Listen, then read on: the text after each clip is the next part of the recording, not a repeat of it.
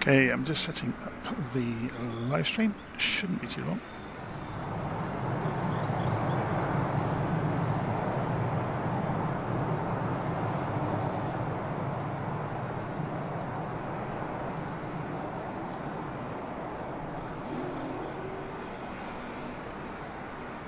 I think we're more or less there. Okay, so this evening we are going to embark on leg 3 of the around the world trip that I have been doing in Flight Simulator. So I was firing up Say Intentions to run in the background. I've filed the flight plan with SimBrief so we can use SimBrief along the way. For the flight plan we'll be using Say Intentions, leaning on SimBrief for the flight plan, so it should, fingers crossed, be a straightforward flight. If we go and have a look at the map to give you a heads up, so we're going to depart Mannheim, we're going to go VOR hopping across Germany, and then we're going to finally end up just across the border in Salzburg, so in Austria, so it should be good fun. Should be a fairly straightforward flight, as I said. So let's have a look at the same thing in Navigraph. So we've got both running in the background. Okay, let's just check volume levels, make sure everything is looking fine in the simulator. It looks okay to me. Okay, so let's go and jump inside the airplane and familiarise ourselves with the Arrow 3. So we'll go and remove the chocks and the tie downs while we're here. We'll give ourselves a nice GPS unit instead of the very basic one, and we should be good to go. We can leave everything else as it is, so we can go and get rid of the tablet for the moment. And let's have a little look around this rather beaten up old aeroplane. So the fuel is already on the left tank. Let's go and see what fuel we have got actually. Let's go and double check that before we get going. So mass and balance, fuel, and we are full. So fuel is not going to be an issue. We're not about to run out in a hurry. Okay, so let's go and turn the batteries on and the alternators. We'll go and turn the nav lights on. We'll go and put the rotating beacon lights on. And just thinking it through what I need to do here. So let's just make sure the levers are working. So I've got mixture and throttle on my levers. So I need to operate mixture inside. Sorry, I've got propeller and throttle, I should have said. I need to operate mixture myself. So let's go prop max RPM. And I'm just going to go and change the speakers so I get to hear the airplane as well.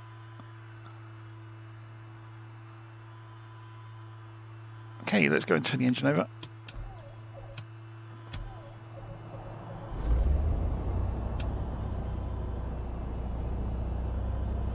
Bring it up to 1000 RPM, fuel pump can come off.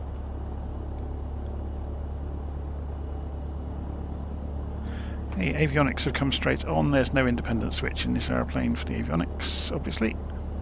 We'll go and put the transponder on standby, and we'll put the ADF is already on. I think this aeroplane has a memory of the switches, so state saving, as people call it. So I'm just turning on the distance measuring equipment. We've got nav and GPS here. We'll leave it on GPS for the... Actually, no, let's do nav.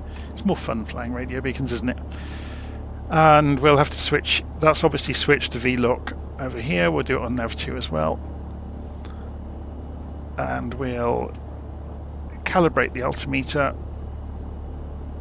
We'll calibrate. I think they fixed this in the recent update. I don't think the directional gyro drifts anywhere near as much as it did, so it's all good to go.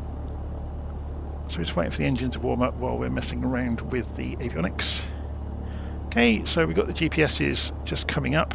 While we're waiting for them, let's jump over to a browser, and if we steal this flight plan from SimBrief and then come into planner.flightsimulator.com, and then do a new route basically. Have to wait for this to go away. Cancel. Can we just remove it? Yes, we can. So let's save that. See what it makes of it. Should be fairly straightforward. Yep, it's got the same sort of shape route that we had previously. We are flying past Munich along the way, so we'll get a close look at it. Okay, so then we can save that to the cloud, and we'll call it, EDFM to Lowe's, and save the flight plan. So then the idea of doing this is we can shortcut the aeroplane, so we can go into the flight planner and open it from the internet, and there's the one we've just saved. We can download that into the aeroplane, and then we can send it to the avionics, which has done its job. Look, you can see the magenta line has appeared, so it saves us having to program the flight plan in. We've got people in the live stream saying good evening to everybody. This is going to be fun this evening. Well, fun for a given value of fun, as one of my colleagues used to memorably tell me when I got a bit too excited about something. It was actually quite humdrum. So we'll put the anti-collision lights on. Let's go and put the... We haven't got taxi light in this, have we? We are probably going to need some panel lights later, so we'll go and turn this up.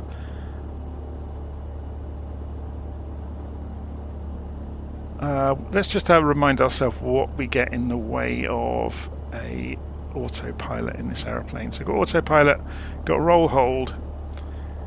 I'm just going to have interest. I'm not sure if it's going to have a tooltip, but we're going to go and have a look. Instrument name tooltips. We're going to tip them on for a second. Save and back. Vertical speed hold. Now, does it have anything else hidden away on these? Altitude hold is when you click above the thing up here. Then okay, that's the one we want to know about. So that one has got vertical speed hold if we click here, and it's got altitude hold if we click here. They're kind of hidden inside the aeroplane. Okay, let's go and get rid of the tooltips again. Save and back and back. So I'm on the West Europe server, by the way, and I have got multiplayer on, so if anybody wants to fly along with me this evening, should be good fun. So David Booth in the live stream is saying, have you tried this in X-Plane 12? No, I don't have a copy of X-Plane 12. I've deliberately stayed away from it. I'm busy enough with Flight Simulator. I've got such a list of things to cover that people have sent me, bits of scenery and things like that have come out recently, or that people have notified me about. Not so much that they've sent me, but they've sent me the notifications, obviously. So yeah, there's a lot waiting for me to record videos of. I've just been so busy the last few days, haven't had a chance to look at anything. Okay, so we are going to start our conversation with the ground. We're talking to Mannheim City Airport. So if we go to the tower frequency, I'm just seeing what frequencies we've got here. So we've got center, radar, ramp, ATIS, there's tower. Let's see if this agrees with what little navmap says for Mannheim. So if we double click on it, we got Mannheim here, and there's the comm frequencies. We've got tower 129780. 129780. That agrees. So we're going to ask Tower what's going on. Oh, is there a bus creeping past us somewhere with a long shadow? Oh, he's over there, look. So yeah, we're going to get clearance basically. So first off, what we want to do is get ATIS to find out the information. Advise on initial contact. Yankee. You have information, Yankee. So that's what we communicate, that we understand the weather situation Yankee. To be 19 when we ask for clearance. Zulu. Wind 110 at 2. So we're going to be talking to Mannheim Tower. We are Golf Juliet Bravo Echo Kilo. We are Piper Golf Juliet Bravo Echo Kilo. Okay, so oh blimey, I've been doing so many things today. I'm just trying to clear my head and to focus on what I'm doing, which sometimes is more difficult than you would imagine. Mannheim Tower. Piper Golf Juliet Bravo Echo Kilo with you, requesting a flight plan as filed with information. I can't remember. I-5 advise on course Zulu heading, now. altitude. It's changed from Yankee to traffic Zulu. Services requested. Read back. Let's go and do that again then. Mannheim Tower. Piper Golf Juliet Bravo Echo Kilo, requesting clearance as filed to Salzburg with information Zulu. Oh, they've come through now, look. Piper Bravo Echo Kilo, information Yankee is current. Clear to Salzburg. It was After current. departure, fly radar vectors, Luberg departure, runway 9er. Initial climb to 4000, departure on 129.355, squawk 1142. He's going to repeat it again now because we asked 1 twice. second while I grab the paperwork. He's got a very short memory, so almost as bad as mine. That's quite amusing. So we won't read back just yet. Piper Bravo Echo Kilo, expect runway 9er. There we go, yeah, he's made it more terse this time. Cleared to Salzburg after departure, fly radar vectors LBU, departure runway 9, initial climb 4,000 feet, departure on 129.355, squawk 1142, Bravo Echo Kilo. So he should come back now. Piper Bravo Echo Kilo, read back correct. There we go. They're coming back quite quickly today, aren't they? So we need to get transponder onto 1142 to begin with then. Let's go and switch it on and go to 1142.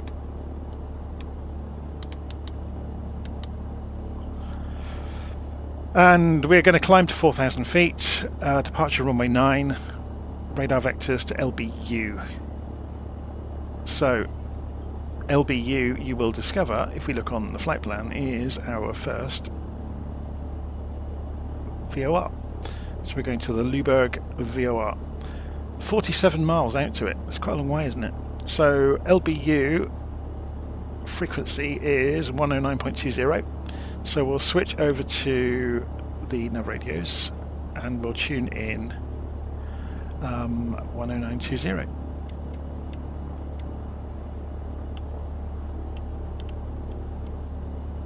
Switch that to active. Mannheim Tower, guten Abend, Lufthansa. We're not expecting this to work just yet. Information, Oscar. Request IFR clearance to München. So we're taking off a runway 09, so we're going to taxi all the way around the airport over to 9. Startup approved, clear to Munich via So we're going to change our heading back to 90 degrees. Whiskey departure, then as filed. Departure runway 27, initial climb to 4,000 feet. Departure on 129.355, squawk 6744. And we'll also change our initial course to 90 degrees, just to make it straightforward for ourselves later. My mouse, I need to buy a new mouse. It was starting to judder the other day, and you can see it now, it's stuttering around a little bit. Okay, so let's go and make sure the head tracking works. That's all working as well. And we don't have ground here, so we're going to ask Tower for taxi.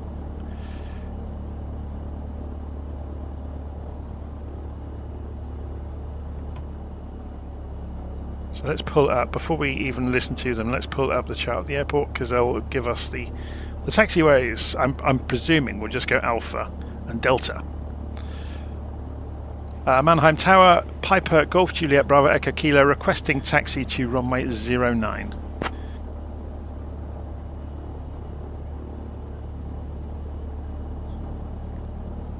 Piper Bravo Echo Kilo, taxi to runway 9er via Alpha Delta, cross runway 27 at your discretion.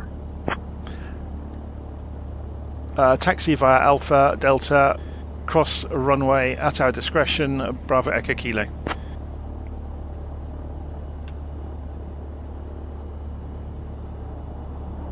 Whoa. Is there an episode of Speed going on that we don't know about? So we're going straight down there then. So dog leg left and right.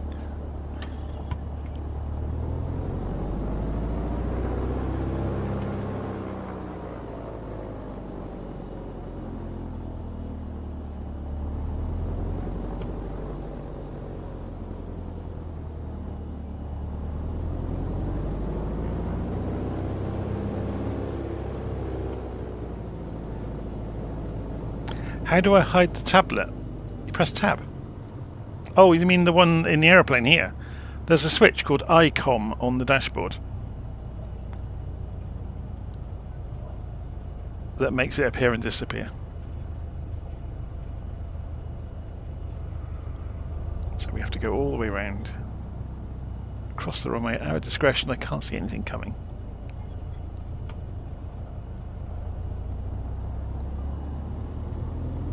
I remember when we landed here now, there were these odd scenery aberrations. I wonder, I think it's to do with farming. Quite often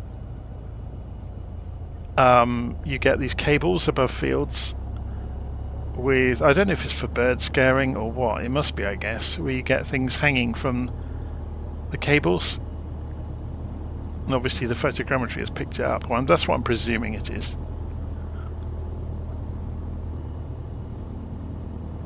We walked past a field a little while ago that had them in the UK, so it must be quite a common thing, I guess. So I think it's going to get dark en route, so we should see a lovely sunset in about an hour.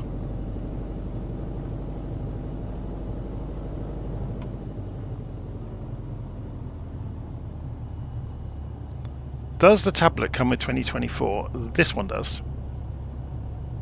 It's built into the sim. Via the Phoenix 3 Whiskey departure route. Departure runway 27, initial climb 4000, departure frequency 129.355, squawk 2240, 2247, Delta Juliet Mike. And Juliet Mike, request starting engines now. Startup approved for engines, Delta Juliet Mike. Juliet Mike, startup approved.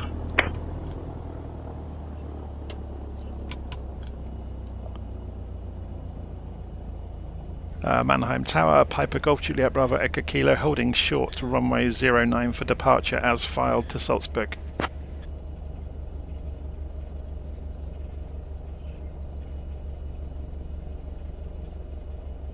Piper Bravo Echo Kilo, runway 9er, winds calm, cleared for takeoff. Cleared for takeoff, runway 09, Bravo Echo Kilo.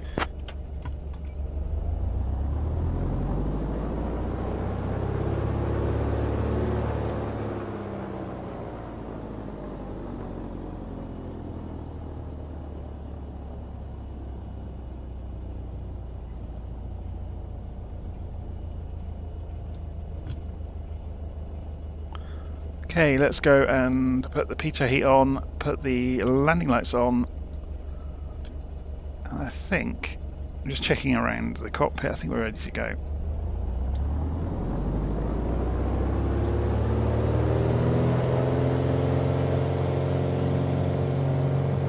So heading bug matches the direction, the course bug matches the direction. It's all looking rather good for a change. So waiting for the airspeed to climb. We won't need flaps for takeoff, I wouldn't have thought. We'll be able to go fast enough to not use them. So let's start to rotate. And we're in the air. Gear up.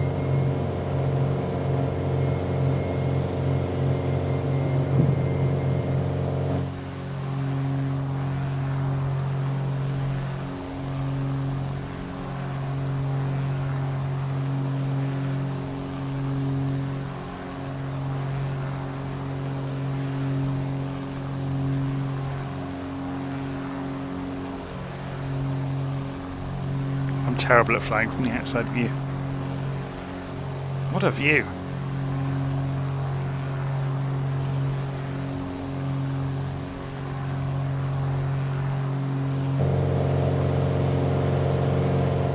Okay, let's turn right slightly.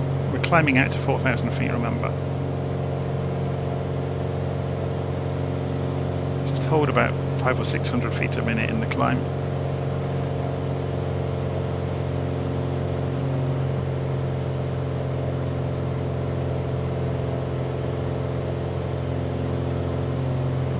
Piper Bravo Echo Kilo, contact departure on 129.355. Contacting departure 129.355, Piper Bravo Echo Kilo. Departure Piper Golf Juliet Bravo Echo Kilo with you climbing to 4,000 feet on the Luberg departure from Mannheim for Salzburg Asphalt.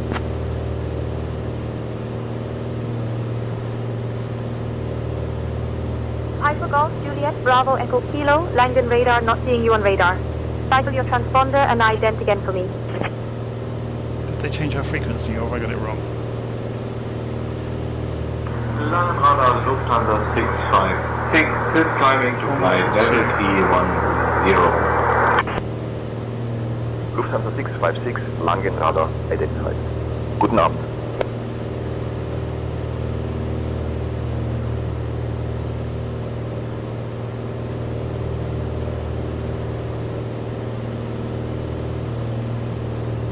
What is going on?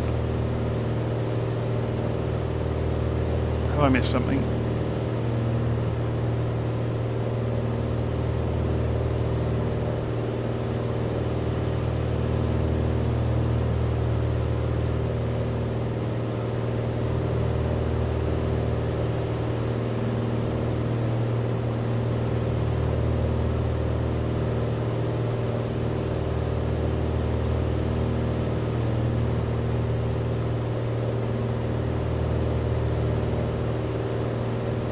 Do we have a broken transponder? Langen radar, cycle transponder, please check.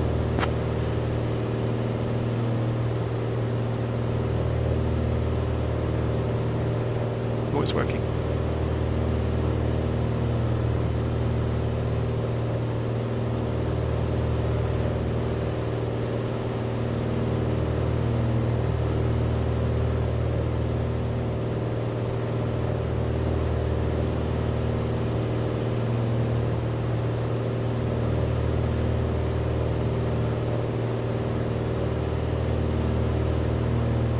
Langen radar, Piper Golf Juliet Bravo Echo Kilo, requesting confirmation that you have me on radar. Piper Bravo Echo Kilo, verify your squawking 1234 mode Charlie and verify altitude. Piper Bravo Echo Kilo, negative identified. Verify your transponder is set correctly and try again. Langen radar, please let me know the transponder code you require. Bravo Echo Kilo. Piper Bravo Echo Kilo, identified. 6 southeast of Mannheim at 2900 feet. QNH 1022. Climb 4000. They didn't tell me to change to it, did Piper they? Bravo Echo Kilo, transponder code is 1234. Okay, so we're just climbing to 4,000 feet now. We're good.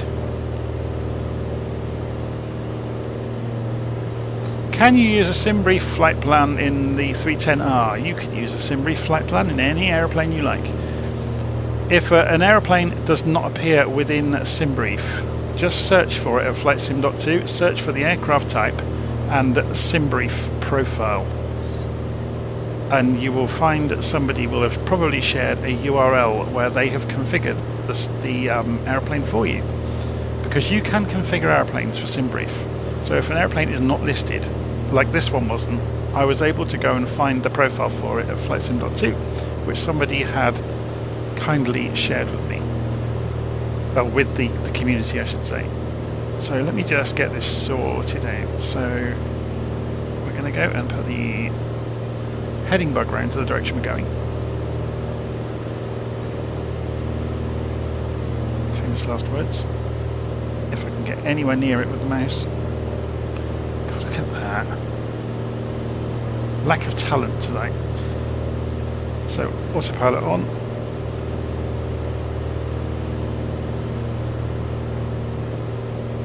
And we're just coming up for 4,000 feet, so let's try this trick out. Lufthansa 248, passing flight level 165, climbing flight level 290. Lufthansa 248, Langen radar, identified. Guten Abend. So let's get the... Climbing flight level 300. How are we doing on this? So heading bug roll is off to one side, which is slightly disconcerting.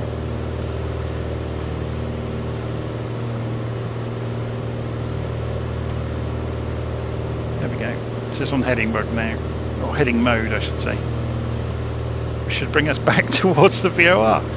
I'm going to turn head tracking off because then I can do this far more efficiently and neatly. There we go. So then we can switch the mode on this to nav, and it will track the VOR down the radial all the way to the station. If we want the specific, I did this the other day with quite a lot of playing around with it. If we want the specific radial, we can go and tune it in. So we want 32 degrees in this case. So if we go back in the airplane and we move this, was it 132? Sorry, can't see it on the 134. Sorry. So if we go and put this on 134 on the course, you'll see the airplane jump across. So there's about 134-ish. So the airplane's going to go to the left a little bit, which agrees with the map. The airplane's going to go left to attain the track. Anyway, we're flying along, we're holding 4,000 feet by the magic of the hidden altitude hold button. We'll turn the landing light off now.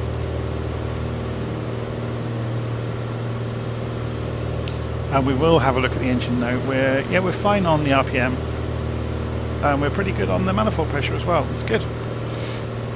So we can see what sort of speed we're doing, about 125 knots. So the airplane is tracking right again now to get onto the radial we've requested with the course knob.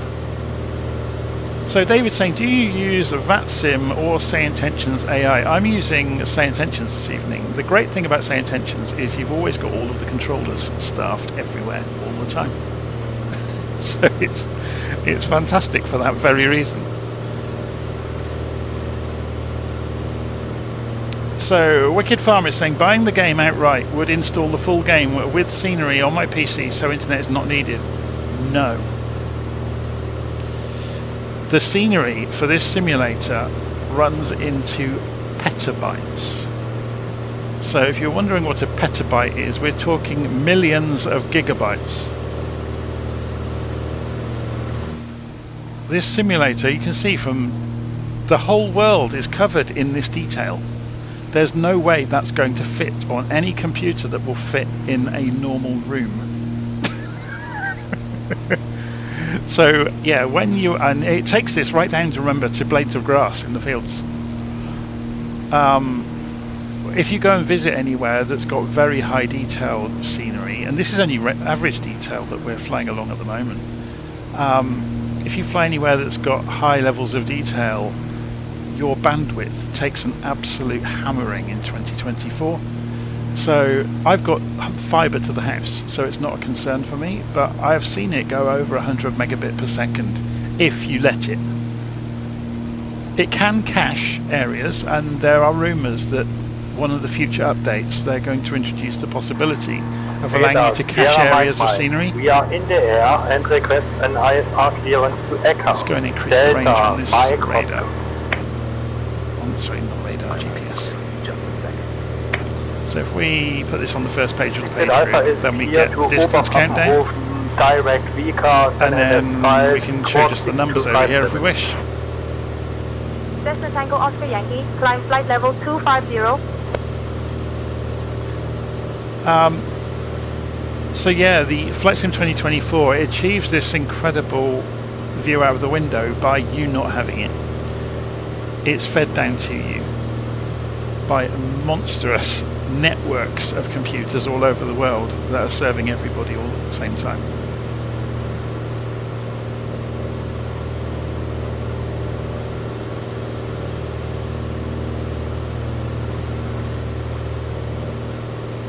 So yeah, Swim and Climb is saying the idea of caching it is a good idea if you're flying the same area all the time, but by the same token, are you just going to fly around in circles in the same little area?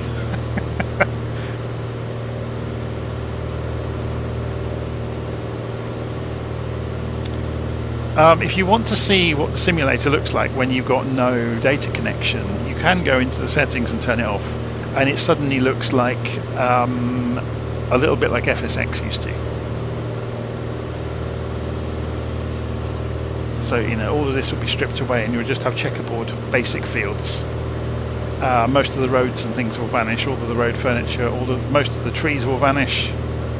You'll just be left with the shape of the ground and odd features of shaded areas of towns here and there. So you think about it, all of the buildings are coming down the pipe, all of the vegetation is coming down the pipe, the textures in the fields is coming down the pipe. And remember, all of these things are load on demand, so the trees you see at this distance are not the same trees you see over there, are not the same trees you see over there. It's all very, very optimized for distance, so it only draws what it needs to. So that's been apparently one of the biggest pain points for aeroplane developers with the new sim, is you have to make as many as sort of 6 or 7 models of the same aeroplane with varying levels of detail for different distances. So as you get further away, the simulator can chop back the detail being drawn without an appreciable to the eye difference. So David's asking, what is the speed of my internet connection? I have got 600 megabits synchronous, so that's both ways at the same time into the house. But then there's obviously a wireless router, and that's obviously then going to be running probably 50 megabit out to most network hardware around the house maximum. Although saying that, this computer that I'm using has got a faster wireless connection, so I think it tops out about 300 maybe. It's all down to the hardware though. It's always a complicated question. Yeah, the fibre to the house is unquestionably ridiculously fast, but then you've got the speed of the switch, you've got the speed of the routers getting around the house, you've got the speed of the network hardware inside your machine, all sorts of things. So I could go and run an internet test now and I'd probably get about 300, but that's because I'm not plugged into the fibre coming in the wall. I'm going via a couple of different switches and Wi-Fi, which is going through an old house that was built probably 70 years ago, and the walls are made of sturdy stuff and they are very, very good at blocking radio signals.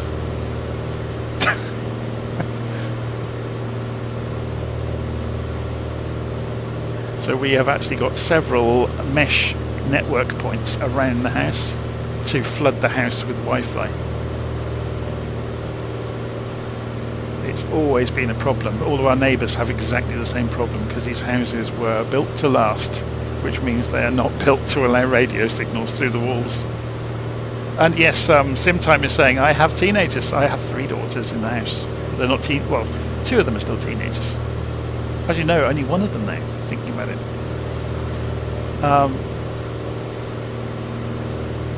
Actually, no, she's not either anymore. My youngest is now 20. Oh my word, that makes me feel old. But yes, on a bad night, there could be as many as 4 TV streams going, as well as me playing on the simulator. And knowing them, it'll be 4 streams, some live chats on social networks with video streams open on their phones at the same time. So yeah, probably 8 or 10 heavy data connections going on all at the same time, because of course the internet grew on trees, and you can just it's a faucet into the house where you just open it more. It is funny, isn't it? Coming from our early days, certainly my early days on the internet, it was a few K to play with. And that's certainly not the limit anymore. I think I remember my first modem, I think it was 32K, and then they went up to 56K obviously when they introduced compression. And I remember the first time I saw a broadband connection and I was absolutely bowled over by it. It was 500 kilobit.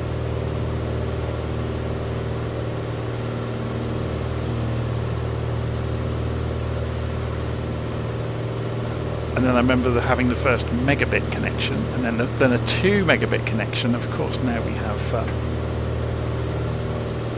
have fibre to the house, and we have 600. And at the turn of a key, we could turn that up to 2,000. Just pay more for it.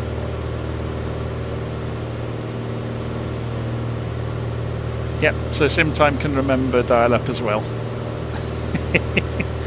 I can. My other half and myself, we often laugh and recite to the kids the sound the old US robotics modems used to make when they were handshaking. That kind of bonging noise they made. Piper Bravo Echo Kilo, contact Langen Radar on 119.2. Contacting Langen Radar 119.2, Piper Golf Juliet Bravo Echo Kilo, good day. Langen Radar, Piper Golf Juliet Bravo Echo Kilo, flying to Salzburg as filed, with you at 4,000 feet.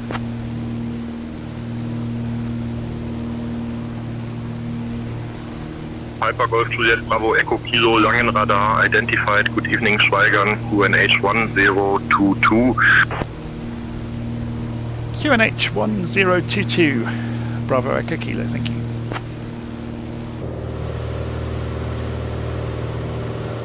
So if we go and look at the Coleman window, Lima, contact Frankfurt approach on 118. So we only have it in this aeroplane as a in inches. 118.505. This is 13 Lima, bye bye.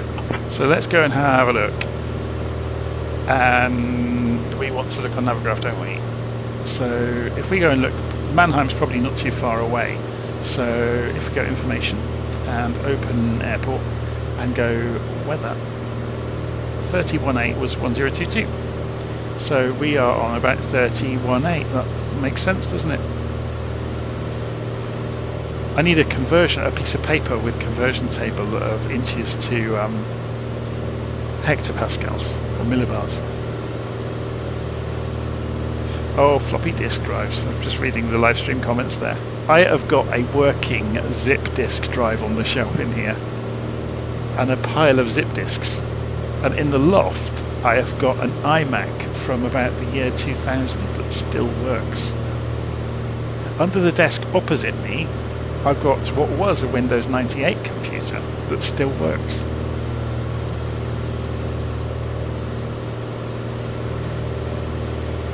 Swim and Climb is asking how much VRAM am I using. So I think this is I'm using an NVIDIA 4090 RTX, which I think has 24 gigabytes of video RAM.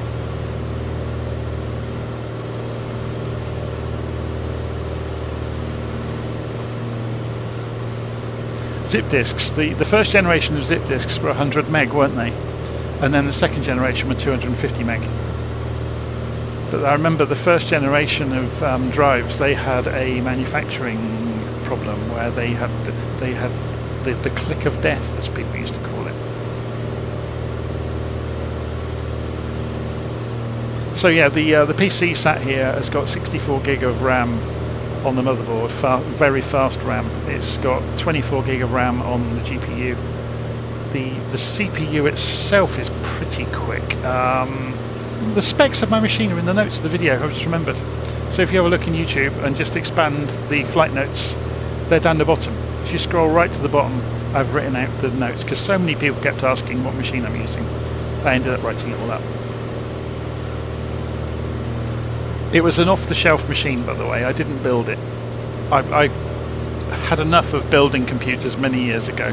The last custom PC I built was 25 years ago now, and it was built for Grand Prix 4 by Jeff Crammond. I desperately wanted to run Grand Prix 4, so I went and built what at the time was a monster PC to run it.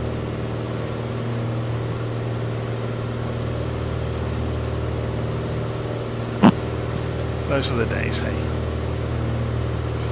So we are slowly approaching. We're 5-6 miles away from our destination. If we can have a look on the map, we are closing in on it. So we're going to be changing course in a moment to 103 degrees magnetic, which is the departure away from it. So here it comes into view on the map.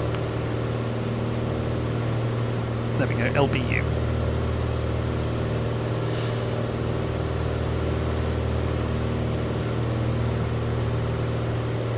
So if we go and have a look, the next VOR, actually there's a good point here. We're about to fly past Stuttgart. Runway change to runway 07. Lufthansa 112, contact Stuttgart approach on 119.85. Okay, let's go and ask radar if we can go and have a tour of Stuttgart before we carry on. I wonder if they'll let us. Langen radar, Piper Golf Juliet Bravo Echo Kilo, requesting departure from flight plan for a few minutes to have a look at Stuttgart.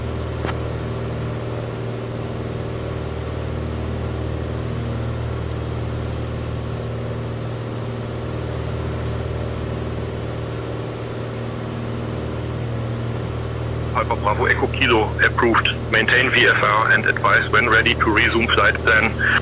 That's clever. We'll advise when ready to resume flight plan. Bravo Echo Kilo, thank you. That is awesome. How clever is that the AI understands?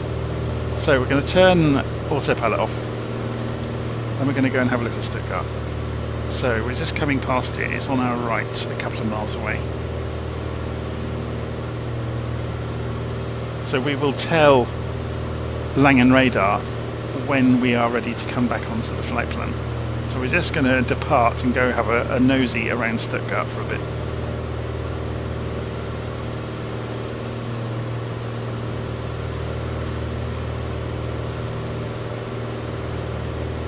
I am super impressed with that. Let's get the head tracking on.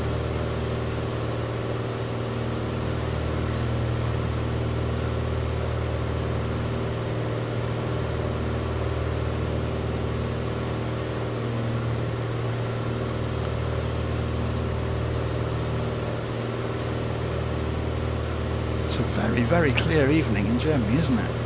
I have wound the clock back a little bit because otherwise it would have been dark already. And while night flying is good fun, it doesn't leave you much to see.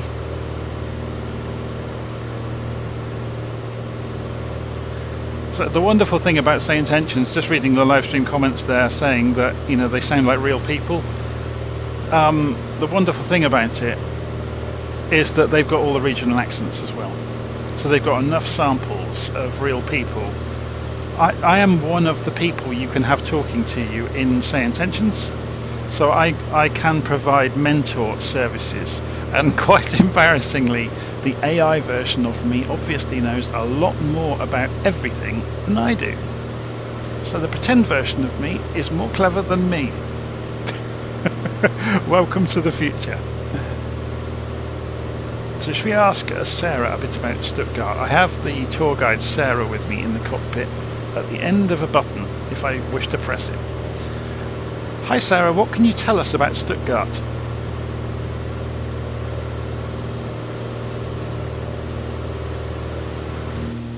Stuttgart, located at your 1 o'clock, is known for its automotive industry, being home to both Mercedes-Benz and Porsche. The Mercedes-Benz Museum showcases the history of the brand and its cars, while the Porsche Museum offers a look at the iconic sports cars. Stuttgart is also famous for its vineyards, so if you see any green hills, that's likely where the wine is coming from. The city has a rich history dating back to the 10th century and is surrounded by beautiful landscapes, making it a popular spot for both history buffs and nature lovers. Airlines 2 Bravo, contact Stuttgart Tower on 118.805. Stuttgart Tower 118.805, Airlines 2 Bravo. So I also have... Stuttgart approach, Airlines 2 Bravo is with you now, flight level 120 inbound LBU.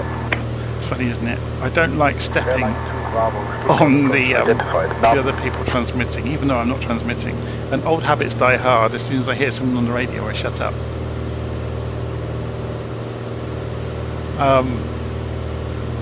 But yeah, I also have a mentor in the cockpit with me who I can call upon anytime I like to answer technical questions. So let's go and ask him. Is it normal to depart from an IFR flight plan to go and explore a city, for example, and then rejoin the flight plan?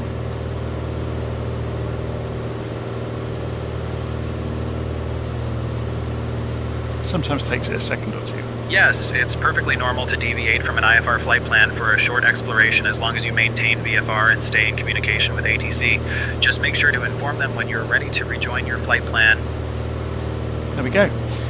So you get to choose the character and voice. So it's not just the wording, the words used by the various characters are very unique. So for example, one of the characters you can call as a tour guide is Two-Tone Murphy.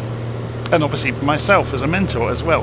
And they don't just sound like the people, they use the same language. That's where it's clever.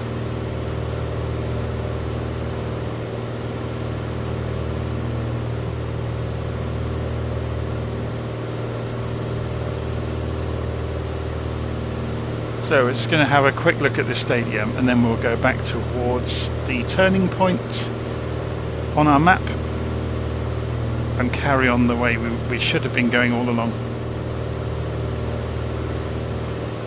Let's have a look at this from outside, shall we?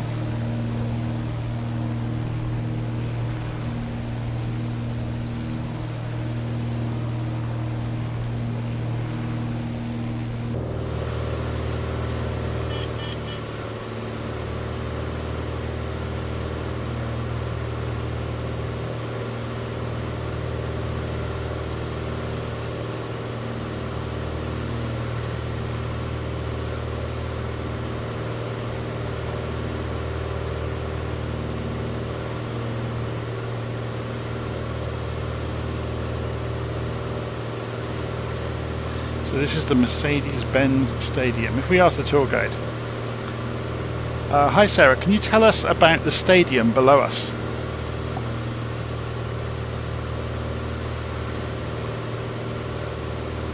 The stadium below us is the Mercedes-Benz Arena, home to the VfB Stuttgart Football Club.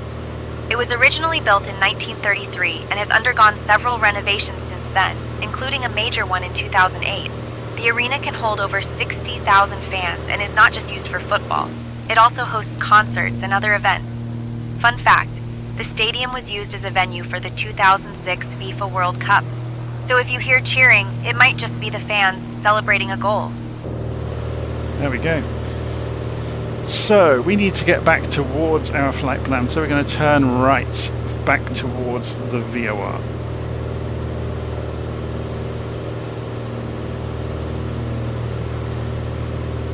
This is where the GPS comes in handy, isn't it? Flank and radar, Delta Foxtrot Hotel Kilo Mike at 6,000. So we need to get back to 4,000 feet. Hotel Kilo Mike, flag and radar, identified. Beechcraft Foxtrot Hotel Kilo Mike, flag and radar, climb and maintain, flight level 150. So we're climbing back out towards our IFR flight plan altitude and back towards the turning point where we departed from our route.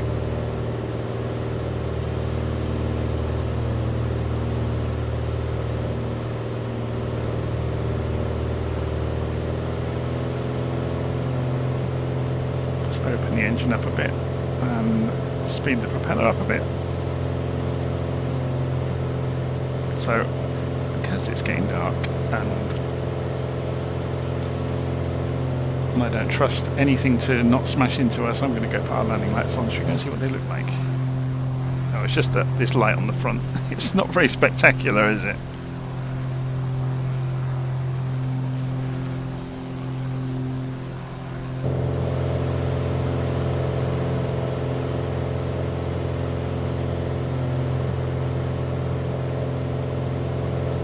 Have I tried this sim in VR? I have seen 2020 in virtual reality. My dad used to have a VR headset, and Pimax have been chasing me for ages to borrow one of their headsets and do some promotional videos showing it off to the community.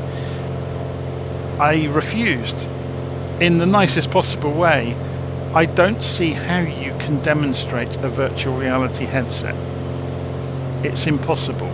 It's such a personal experience, and you can't tell people how good it is. It's something you have to experience for yourself.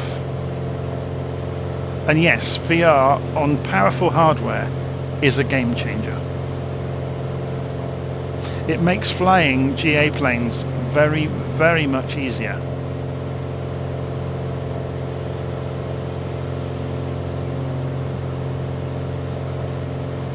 Is there a way to turn down the brightness on the GNS 530? That's a good question. I don't think there is. Certainly not in the sim.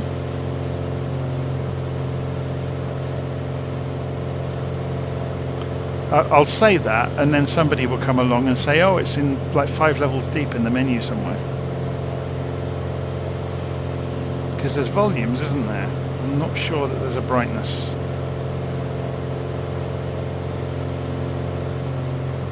If there is, it's going to be way down in the auxiliary page group, maybe.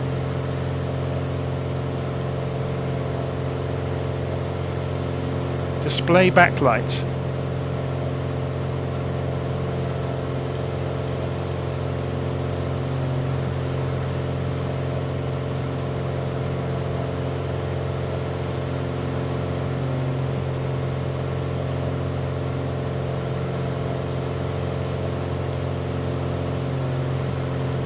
It looks like it's changeable, but I can't figure out what button to press to make it happen. Ah. I just did that then by accident.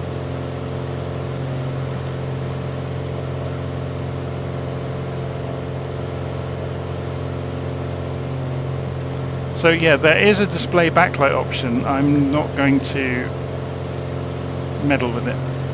I'm going to come back to flight plan so I can see where I'm going. Langen radar, Lufthansa 815, climbing through 5,000, aiming for flight level 210, Lufthansa 815. Lufthansa 815, Victor Tango, Langen radar, identified, hello. So we just come up through 4,000. Lufthansa 815, Victor Tango, Langen radar, climb and maintain flight level 270. Climb and maintaining flight level 270. Lufthansa 815, Victor Tango. I'm having a distinct lack of talent moment here with the headset.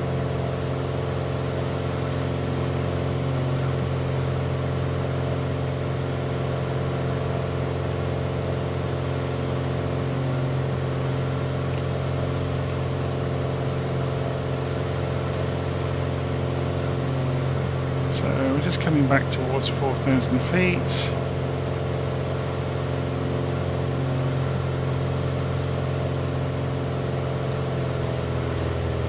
Langen radar, Piper Golf Juliet Bravo Echo Kilo, resuming IFR flight plan to Salzburg.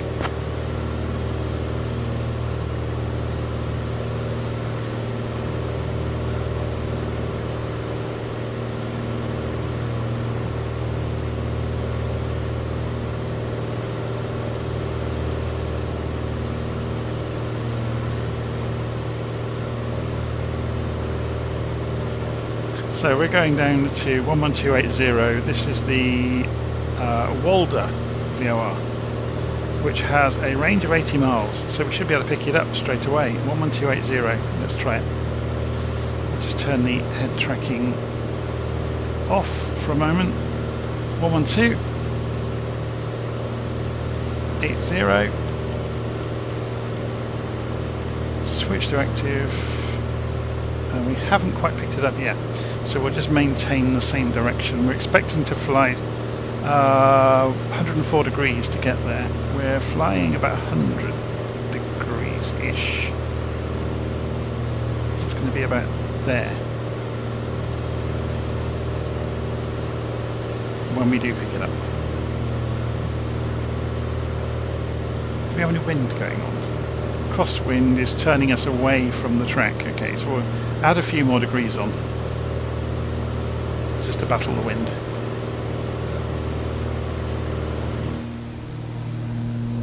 And we get to admire the sun going down. The sunsets always look amazing in Germany.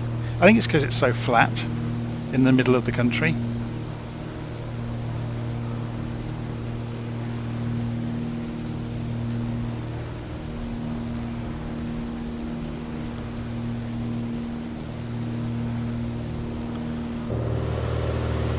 Okay, so we've got 67 miles to go until we get to the next VOR, so we've got a few minutes. I may go and dive off and make a coffee in a moment. Let's just check, we didn't get a call back, did we? Langen radar, radio check please. Golf Juliet Bravo Echo Kilo.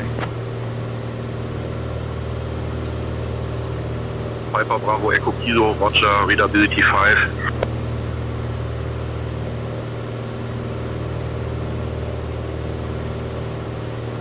Langen radar, Piper Golf Juliet Bravo Echo Kilo, just confirming we have resumed IFR flight plan to Salzburg.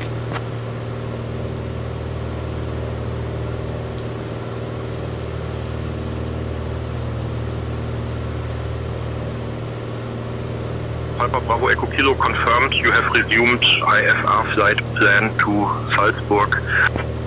Very good. It's just nice to hear it back. He didn't respond earlier. They didn't need to, but it's good to hear the confirmation. What is our cruising speed? Well, I've got the engine turned down a bit. Actually, we could go and... let's just go and look at this. I just realised we're above 3,000 feet, so we're just throwing fuel away. I've got the engine turned right down, look, about 22 on the manifold pressure, 23-ish on the RPM, and that's doing 120 knots in a straight line. This is not the turbo Arrow, this is the normally aspirated Arrow. So it's not quite as quick as its big brother.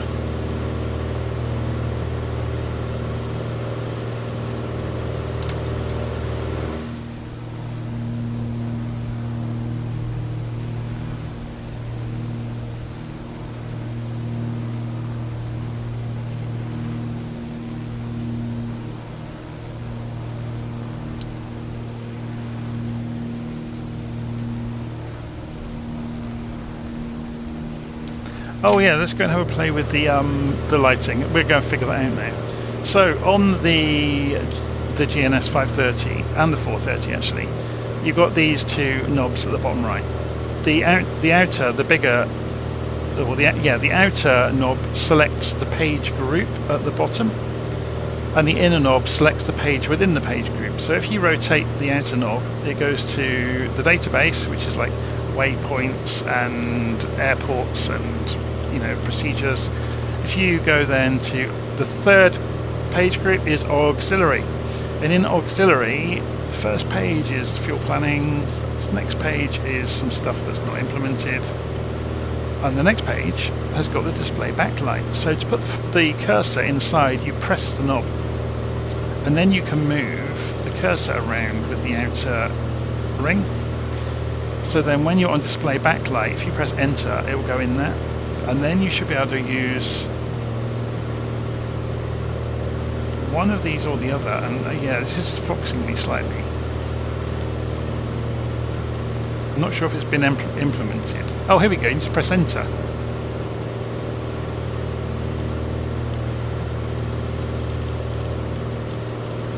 So if we turn this right the way down, you'd have to turn it down an awful lot.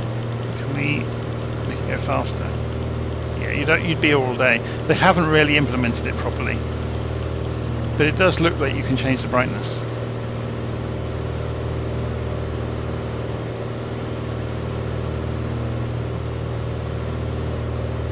So then to get back out, you just change the page group back to so the outer ring takes you back out to nav. There's a ton of functionality in the GNS 530 and 430, and a lot of people don't realise half of it's there.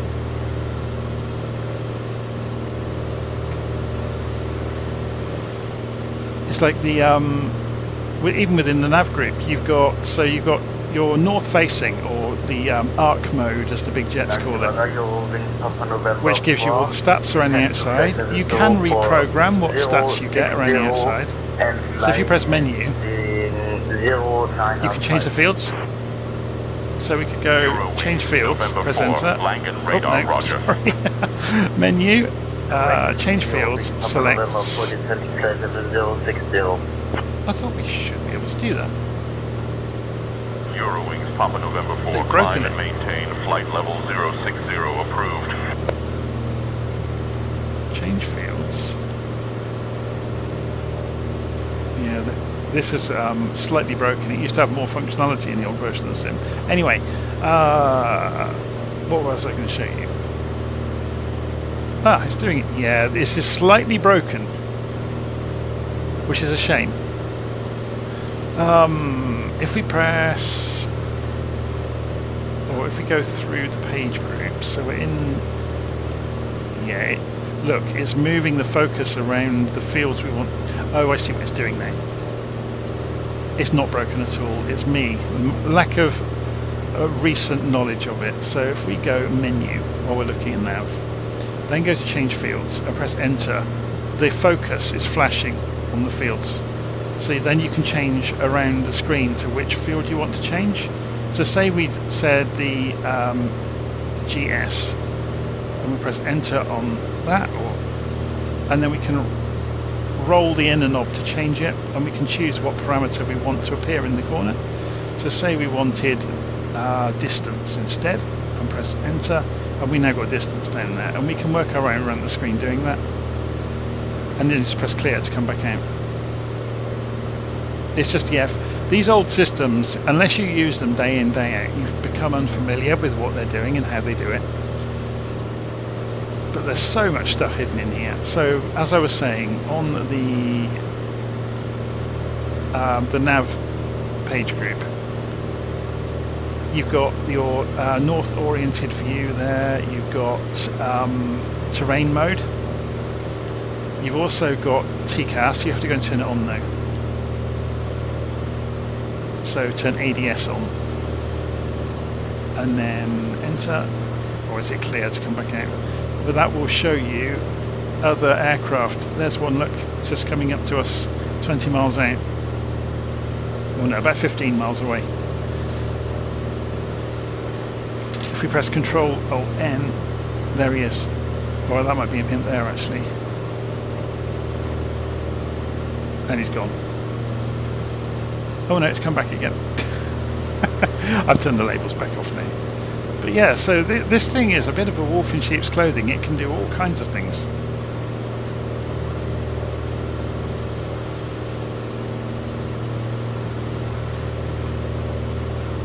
So Alex is saying, yeah, Say Intentions has changed your flight sim experience. It's great fun, isn't it?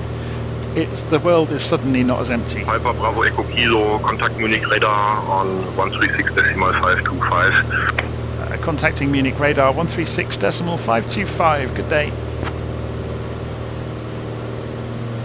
Munich radar, Piper Golf Juliet Bravo Echo Kilo with you, 4,000 feet en route to Salzburg as filed.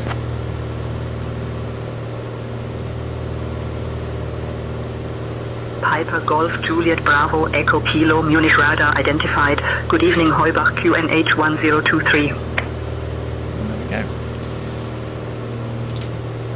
I think one of the biggest things, I was reading a review by a college lecturer that runs classes about aviation with his students, and they've been using Say Intentions. I think it was Say Intentions that actually shared the story. And for his students of aviation, the huge deal that Say Intentions has solved for them is getting them over the hump of their own nerves and anxiety of talking to air traffic services. And I think that's probably going to be the biggest win for most people, is just to get used to radio telephony speak. You know, the pattern of saying things.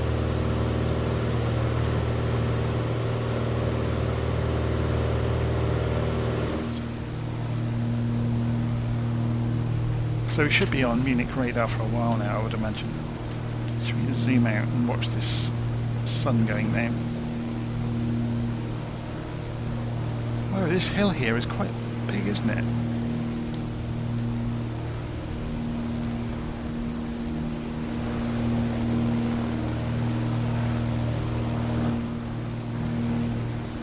Sorry, make everybody seasick.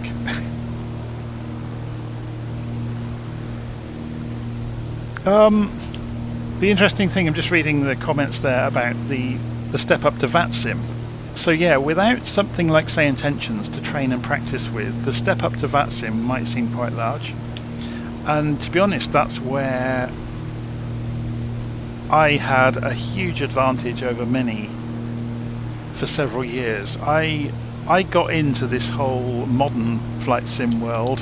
There were many years I didn't have a flight simulator even on my computer. And I got back involved in it because of my dad. He, when he retired, became heavily involved in flight simulators. And we almost laughed about it, because we said, you know, when we took the kids down to visit, we'd say, oh, he's going to be in his study on a Tuesday and a Thursday night with his friends flying his pretend aeroplanes. And we smiled and, you know, just let him get on with it. It was his hobby. And then I inherited one of his old computers, and I went and installed Flight Sim, and I tagged along one night via the internet to see what they were doing, how they were doing it. And I suddenly found myself involved in a flight. That was the end of that.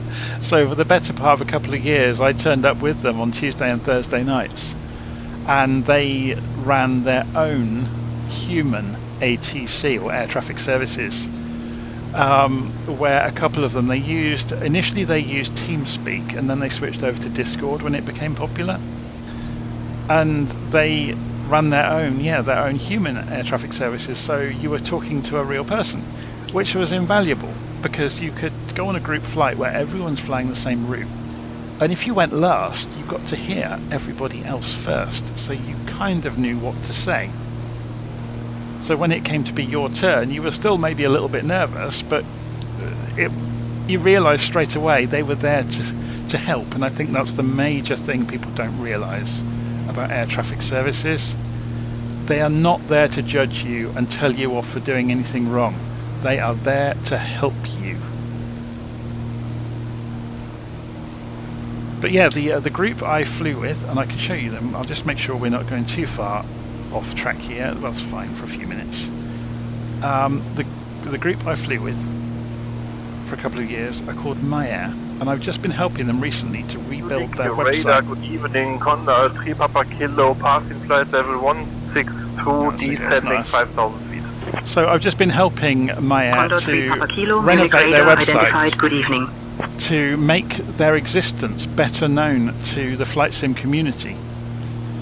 So they have a newsletter now, they have a Discord server, they've always had the Discord server, they've always had a Facebook group. Nobody knew they were there though, because nobody, they didn't advertise their existence. They run group flights, as I said, IFR big jet group flights across Europe, or anywhere in the world actually, a couple of times every week typically. And there may be one or more controllers on a given night. If there's only one controller, everybody just stays in the same Discord channel all night. If there are multiple controllers, they hand off between each other to simulate doing that. And it is great fun.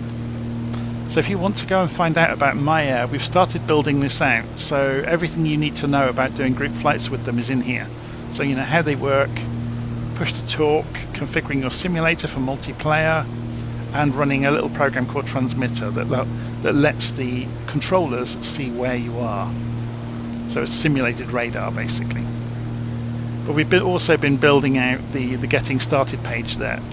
So all the things you'll need to know if you're going to be getting involved in group flights. You don't have to be brilliant at any of it, but it's just to give you a heads up.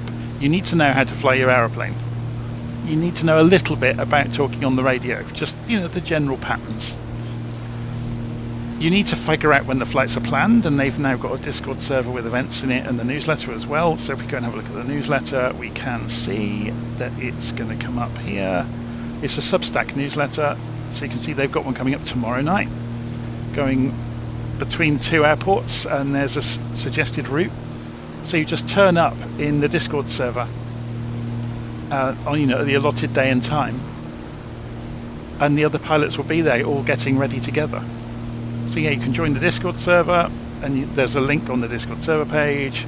You can install and configure transmitter, which helps ATC see where you are. You can configure flight sim for multiplayer, and they have got an airline as well that you can optionally join, so they've got their own ACARs. But yeah, there you go. So that's how I learned, was through MyAir. I joined one of their group flights one night, and I ended up joining them for the better part of a couple of years, regularly. The only thing that stopped me doing it is this YouTube channel. So yeah, the only reason I don't take part in MyAir a couple of times a week at the moment is just life got in the way, work got in the way, and this YouTube channel got in the way. So obviously I'm sharing my own stuff most of the time, but now and again I do try to join their flights and just throw myself into it again. They're a wonderful bunch. They really are. Super friendly. And they don't take it too seriously. Yeah, so you're not going to get told off. You might get giggled at if you get something hilariously wrong, or you might get ribbed after landing if you put it in the trees at the end of the airport or something. But yeah, MyAir is a fantastic community. It really is.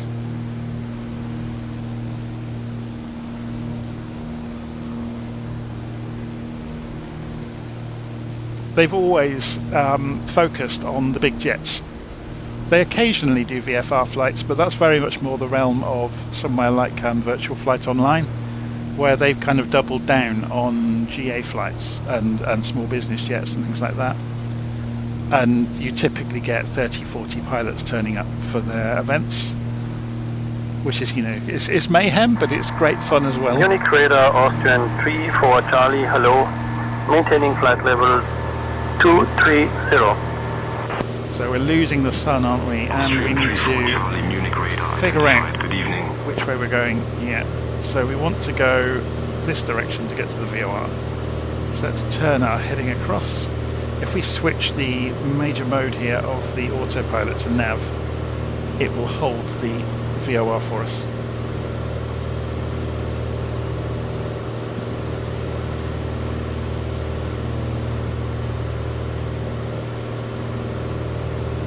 VATSIM isn't too difficult. If you have a month or so playing around with, say, intentions, doing IFR flight plans with SimBrief, your step across to VATSIM from there will be minimal. If you go and join MyAir and do some flights with them as well, they will brush you up on your radio telephony as well, in a really good-natured, encouraging way.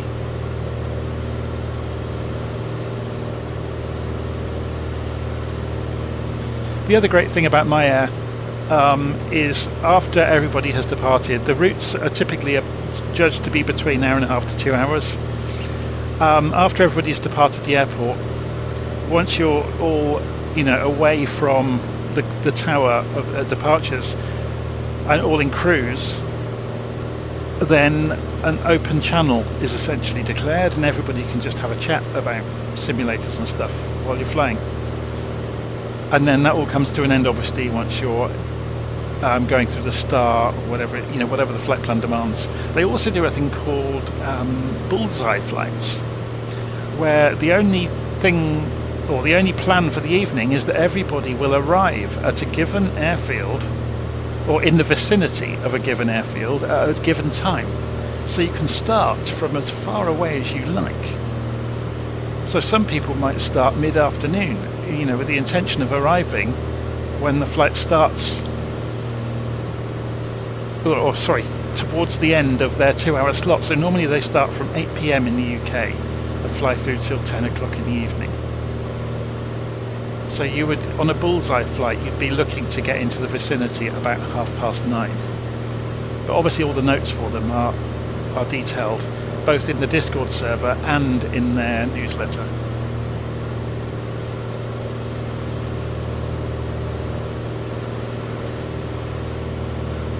But anybody that's interested in flying the big jets, should go and take a look at MyAir and take a look at joining the group flights. They really are very good.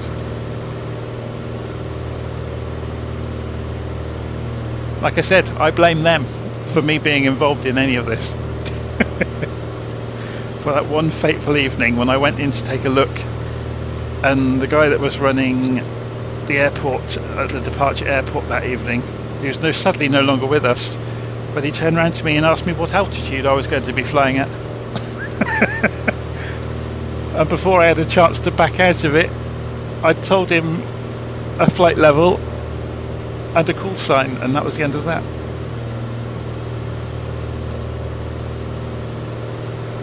And I was absolutely winging it for the whole 2 hours.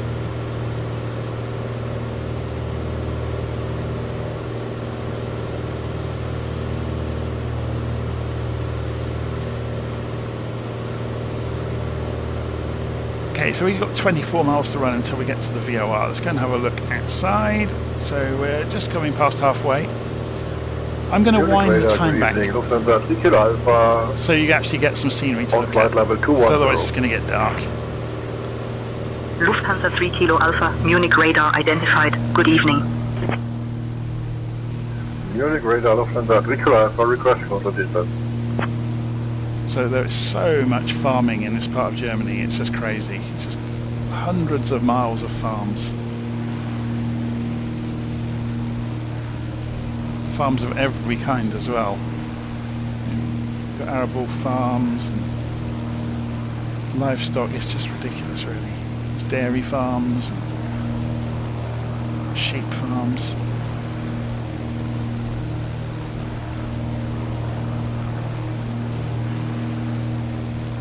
I've mentioned it before on the channel. I worked in Germany for a couple of years, on and off. And the thing that always struck me and made me smile was the amount of, or the different kinds of milk you could buy in the supermarkets. I think that's because I come from the UK, and milk over here has always kind of been nationalised. There's this thing called the Milk Marketing Board, so all the farmers sell into a central system, or they used to. So I kind of grew up with that world, where milk was milk. It wasn't branded. So it was a huge surprise going to Germany and finding out, they had whole shelves full of different milks.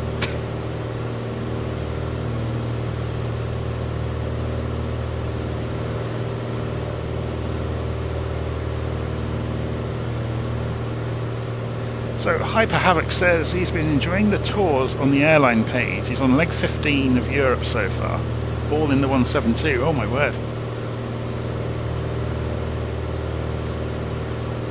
So if any of you are not aware, we have an airline at Virtual Fly Online as well. So if I go to Virtual Fly Online, I'll show you that while we're flying along. We'll go and have a look at the airline page. We can visit the airline. So if we go and I'll log in, hopefully it'll work. Famous last words. Helps if you actually click the right things, doesn't it?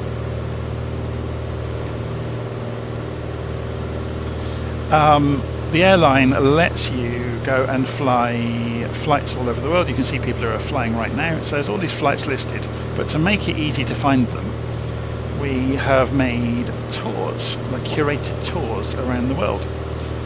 So you can see here's the European tour that somebody was just mentioning on the live stream. And basically, these are the legs of the tour. It's up to you to record that you've done the flights however you so wish, but we've got an ACARS client, so it will record in the airline that you've done a flight. So if you go and have a look at something I've done myself, if I go and look in my PIREPs, they are pilot reports. So you can see one I did recently from Stansted to Dublin. If I go and click on it, you'll see the point-to-point line as well as the actual route you took, and then you see all the data recorded by the system about your journey, about every switch you were flicking, everything that was happening in the airplane. But the interesting thing about that is it scores you, so you get an overall score.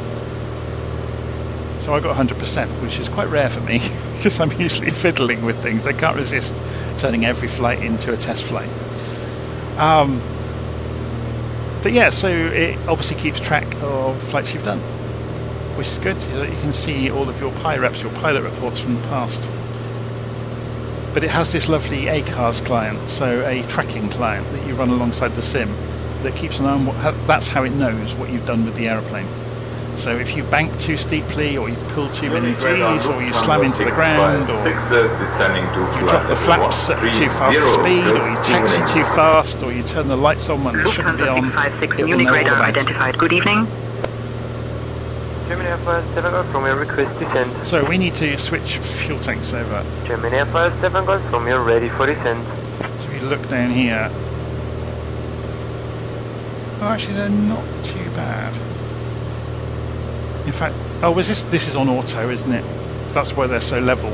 If I go and open the ICOM tablet, if we go into aircraft, we've got the auto fuel selectors lit up.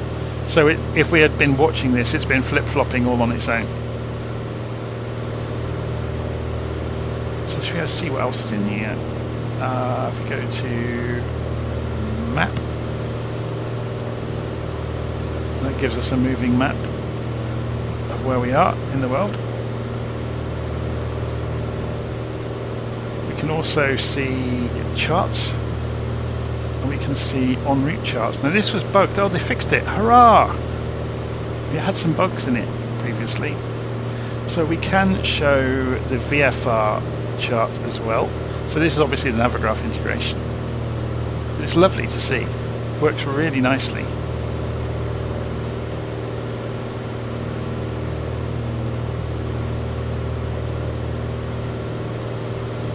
Obviously you can pull up the plates as well of the airfields. So should we try that out? So if we go into charts and we go into airport charts, and we know we are going to, if we go and click on arrival, now we've got no data loaded. So if we go back out of here and go to OFP, and this will fetch from SimBrief. So now we've got data. Okay. So then we can go into charts and go to arrival. It knows where we're going. It goes to, Salzburg. So we can go into the taxi charts, for example, and go and look at the airport briefing documents. And we can look at the airport info. There we go. And we can zoom in on it and have a good look at it. So there's Salzburg Airport when we get there. Very cool. So we're going to be doing a particular approach, aren't we? So I think it's going to be runway 15. ILS. There we go. So it comes in via the Salzburg VOR, then to the Atchet waypoint, and then straight down the ILS into the runway.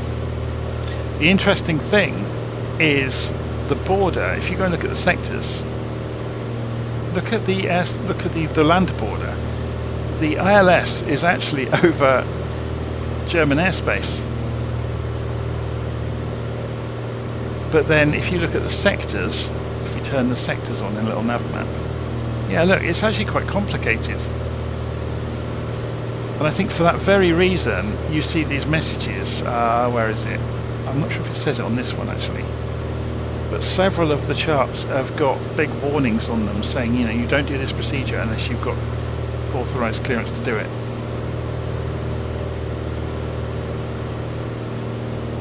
Oh, here we go. The use of this procedure and these minimums requires authorisation by Austro Control GmbH. It's interesting, isn't it? Because look at where the border is. Right through the middle of the ILS. It'd be fascinating to talk to some of the real crews or controllers about how that is managed. Contact Munich approach on 118.83. Is that for us? Papa Kilo, no. Contacting Munich radar on 118.83. Okay, so we've got 6 miles to run until we get to the next VOR, and after that I'm going to go and grab a coffee. So there's a couple of airports nearby. Augsburg is fairly near, just to our right. It's about 10 miles away, 15 or maybe 12.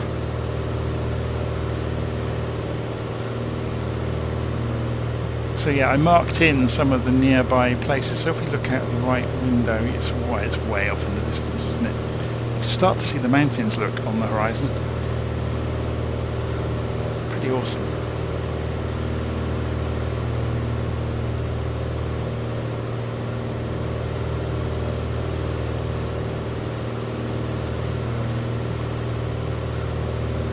So SimTime is saying it's not working then. Apparently all the new maps and things in 24, they said to stop people needing to use. Well, no, that's not really true. It's much better than it was. The tablet is fantastic, and the planner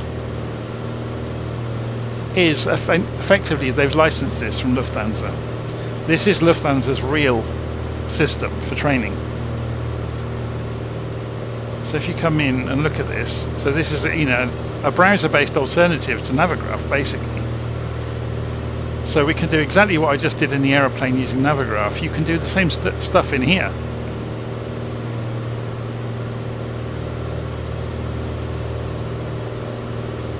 This is a very, very capable piece of kit.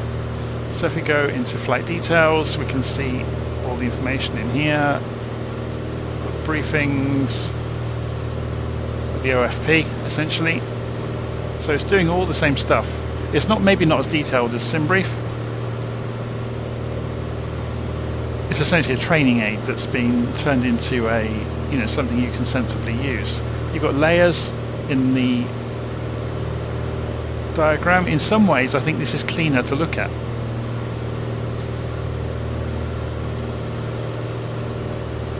But you can do the same thing in here.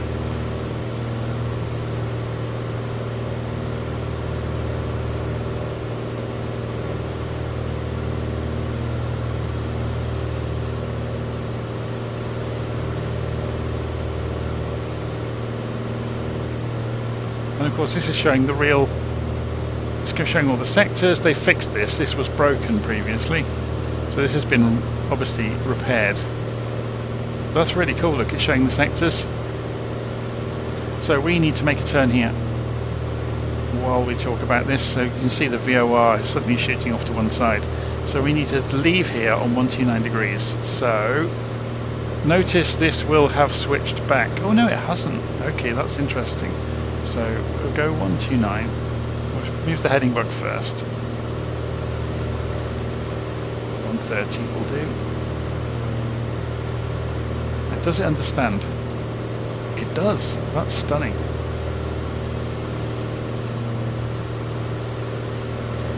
So it should overcompensate because it's going to try and get onto, or is it? It shouldn't yet. It hasn't captured it. Look, it's just blindly following the course. So what we'll do is put it on heading mode, and we'll intercept. Lufthansa 656, Munich radar. Contact Munich approach on 118.83. We're flying alongside the plan. By turning across it, you should see the CDI come back in. Lufthansa 656. So we want the airplane to be at 129 degrees. Here comes the Munich CDI. radar. Contact Munich approach on 118.83. So when we cross over the 129 degree line, that should be in the middle. Lufthansa 415, choose. But then once it gets fairly close, we can just go to nav mode and it will intercept all on its own. It's doing it, look. It's called capturing the course. Okay, so we'll fly down the 129 degree radial then, and then we'll switch over at some point to the Ottringham. I presume it's Ottringham. Let's go and click on it. Right click. Show information. Oh, Ottersberg, sorry. Oh, Ottringham's in the UK, isn't it? Ottersberg VOR 11230. So we'll go and switch frequencies. 11230. So we go on the standby frequency. What range does this have? 80 miles. And it's, yeah, so we should be able to switch over immediately. So we'll switch frequencies, and there it goes. So the 2 marker has lit up. We're slightly off track. We'll need to notice this went back to heading mode all on its own. Need to put it back to nav mode. and then the aeroplane will gently coax itself back to pull the CDI into the middle.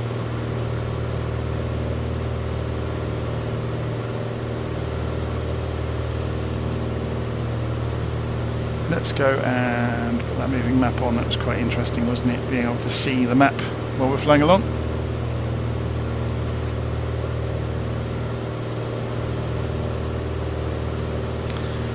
So, yeah, the nav instrument, or HSI, the only thing you really need to know about is that little arrow.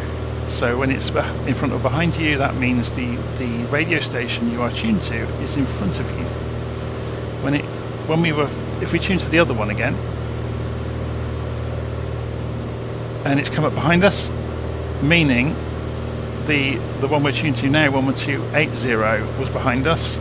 11230 is in front of us, so we'll switch it over, and there it goes, look.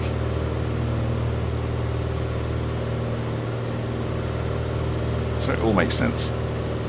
Or it should. Famous last words. So we've got 30 miles to run. I've got enough time to go make a coffee quick. So I'll be back in a few minutes.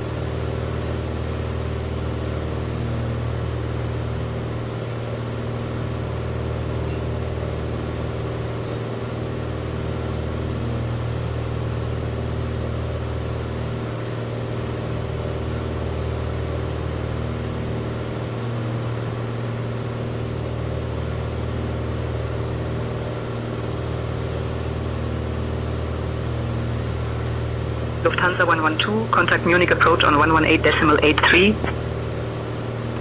Contact Munich approach on 118.83, Lufthansa 112. Lufthansa 425, contact Munich approach on 118.83. 118.83, Lufthansa 425.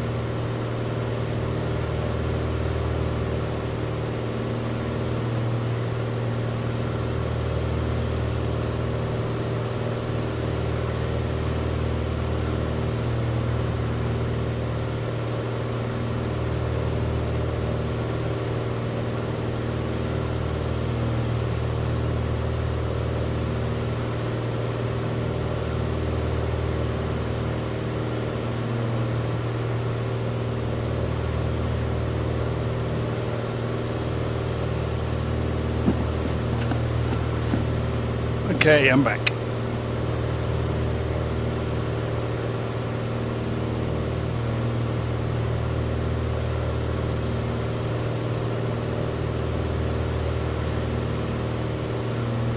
So we are flying down towards the Ottersberg VOR. Munich International Airport is just off to our left.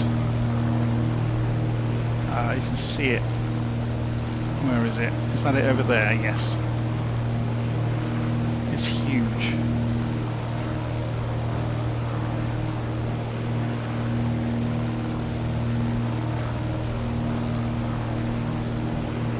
So there's another smaller airfield over here, so that's Oberpfaffenhofen, and then over here we got Oberschleißheim, Oberschleißheim. So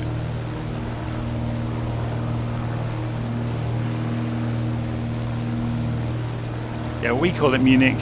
It's actually München. It's interesting that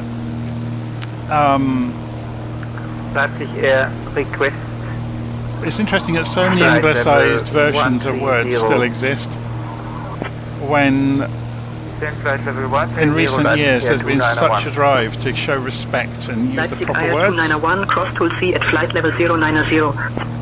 You know, rather than having our version of a name for a place. I wonder in decades to come if it will become much more prevalent that we use the native names everywhere, rather than having our own language's versions of names for things.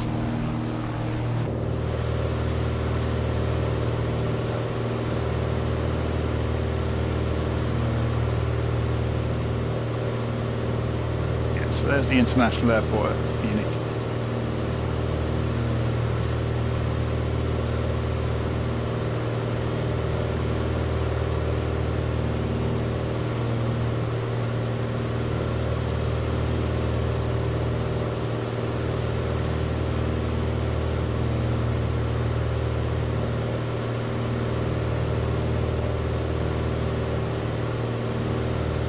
So we've got 15 miles to run until the VOR.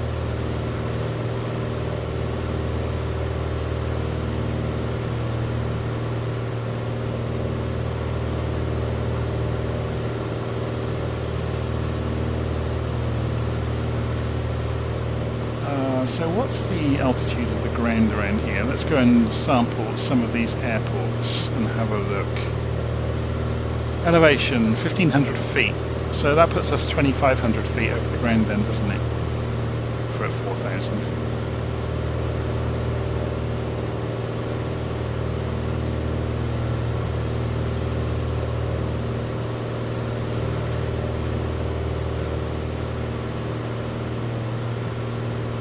Just wondering if the curtains work.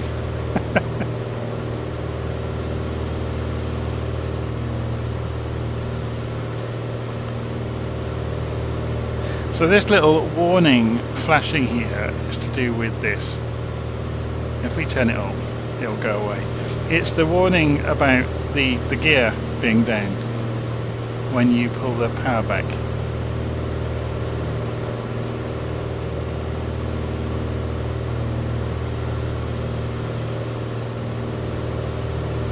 So Salzburg is at the foot of those mountains, so you can at least see where we're going now. So these are the, what would they call them, the Eastern Alps, I believe they're called. So this whole chain of mountains stretches on for, well, probably 1,000 miles. It's the Alps.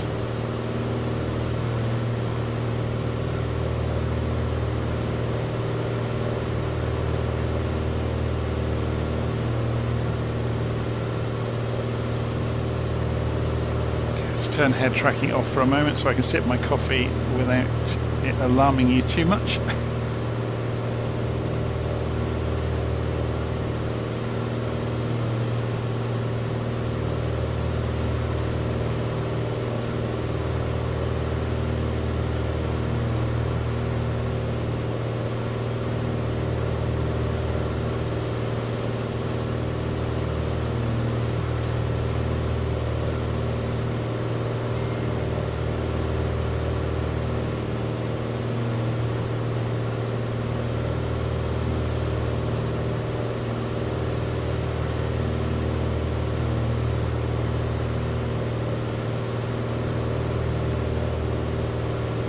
Transavia 6603, Munich radar, contact Innsbruck radar on 128.975. Innsbruck radar on 128.975, Transavia 6603.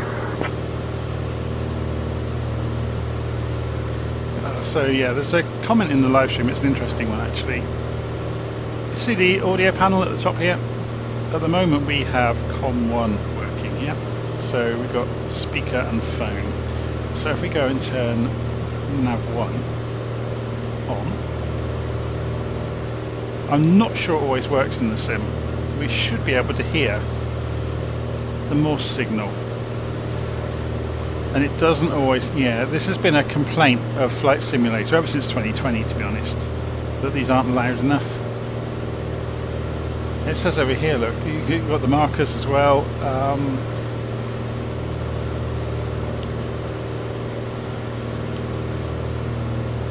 It's interesting, is it? If we want to be turning it off of them, we're going to be able to hear it, are we? But what it's related to, the easiest place to see this actually is Navigraph, I think. If we go and find the aeroplane, follow, there we go. So there's our track. Notice the dotted line. So that's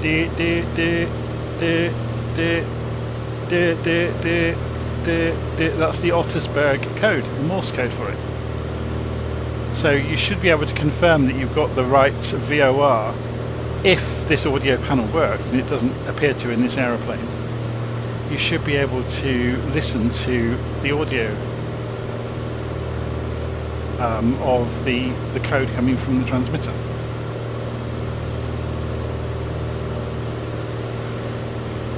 It doesn't always work in the aeroplanes in Flight Sim though. I don't know why they've never turned their attention to it and made sure it works properly.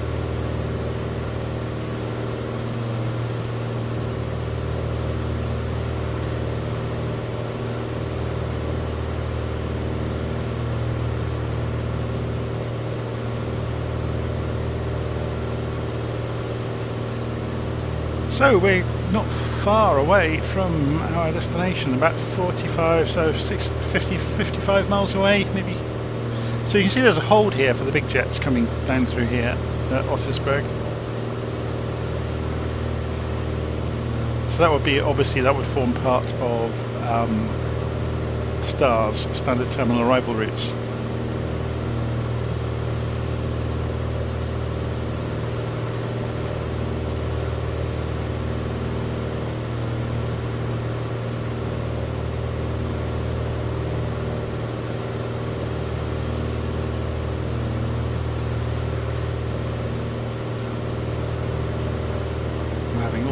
Fun and games with this. So we're about to go whizzing past the that's interesting that that's not, oh I haven't got the heading control on. I was just going to say it's interesting that it's not tracking, but it's because the heading has been switched off, where I've been fiddling with it earlier.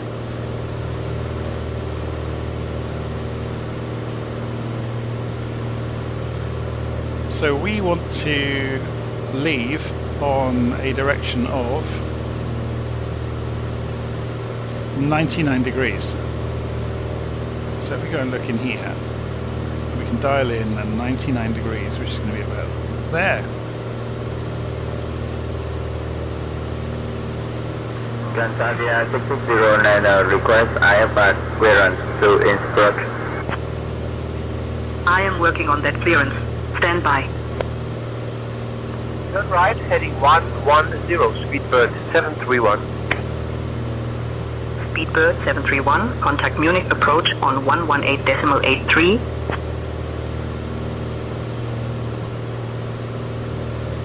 So the whole thing about distance it should have worked, because we're right over the top of it. We've lost signal now, but it's now behind us, the one we tuned into. Juliet Bravo Echo this is us. Kilo Munich radar. Contact Salzburg radar on 123.725. Contacting Salzburg radar 123.725 Bravo Echo Kilo. Good day. Salzburg radar. Piper Golf Juliet Bravo Echo Kilo with you 4,000 feet en route to Salzburg as filed.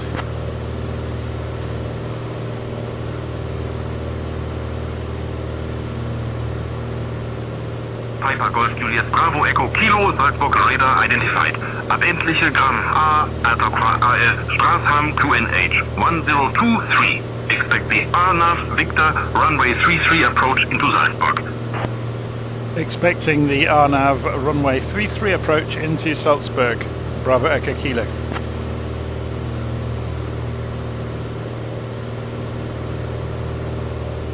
So let's go and have a look at that. We have some time now. So we're whistling along here, and they're going to say the wind's turned around there. The wind must be coming the other direction. So RNAV 33. So let's go and look at flights. Oh, this has got runway 33, but oh, that must have come out of Simbrief, I guess.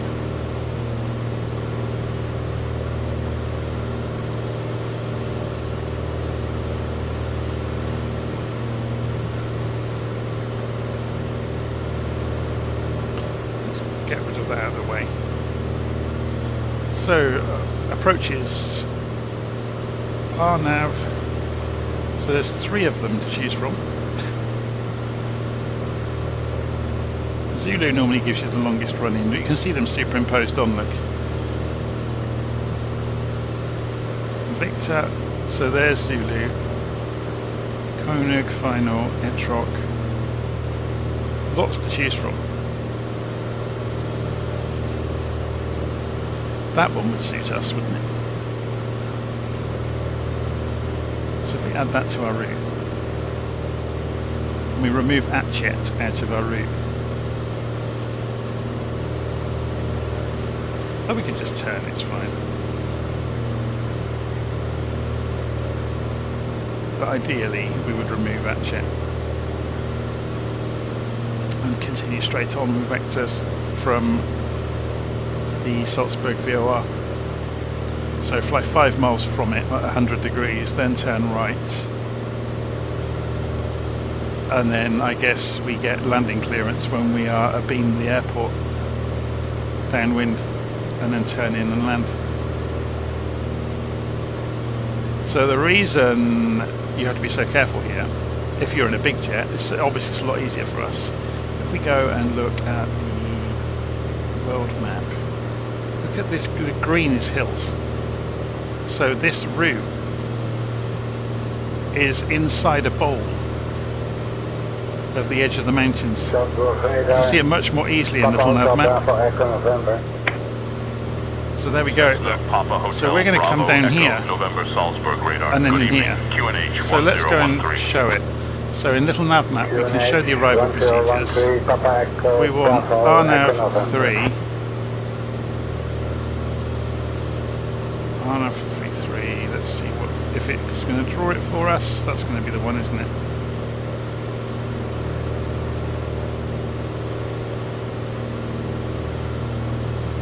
Insert that. Get rid of the Atchet. So we skim straight past and then turn in. But yeah, this is the bit that was fascinating me. It's like a bowl, isn't it, between the hills? Which in a bigger plane would be a bit more of a technical exercise. In our little GA plane, this is easy.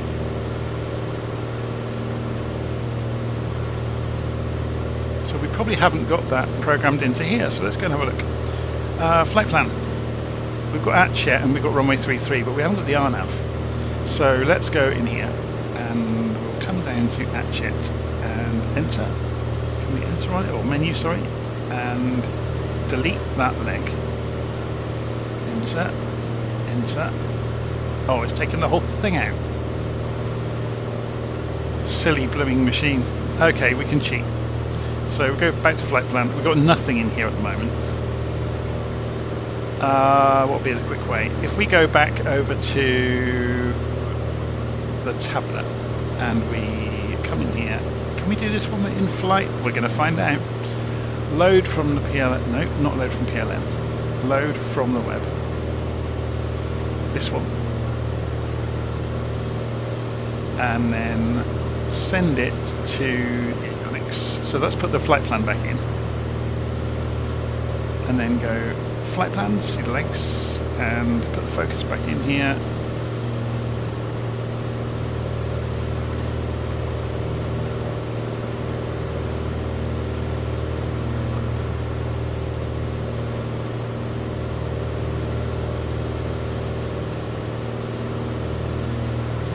Of course, that was delete flight plan, not delete leg.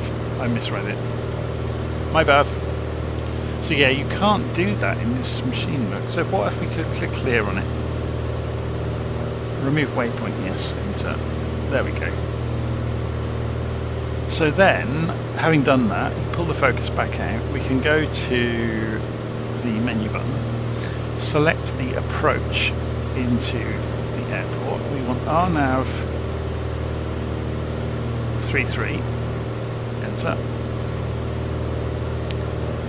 and enter, and there it is, and enter to load it. So following going through the SBG WS834, 833, 834, 833, 834, yeah, that's correct. So that's the SBG. Why has it got lows? Did I have it in my flight plan earlier? Let's go and get rid of lows. Oh no, that is Salzburg, isn't it? But it's put in the wrong place.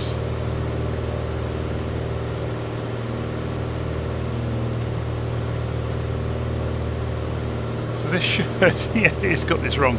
831 is 836, 834, 836, 837.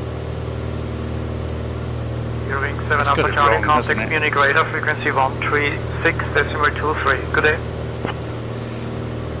834. Munich radar, good day. Eurowing 7 Alpha Charlie, passing flight level 180. WS837. Inbound Adler. 7 Alpha Charlie, climb flight level 380. So let's go and change this. Clear. Yes.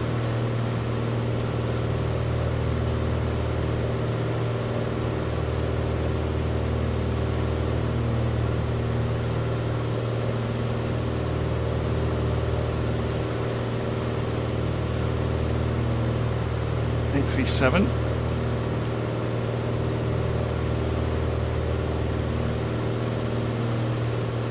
Just hand cranking our route in. Then D153B.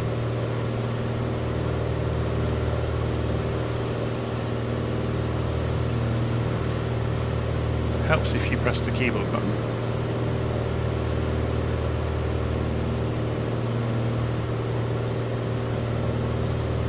And then WS818, and that will take us onto the runway.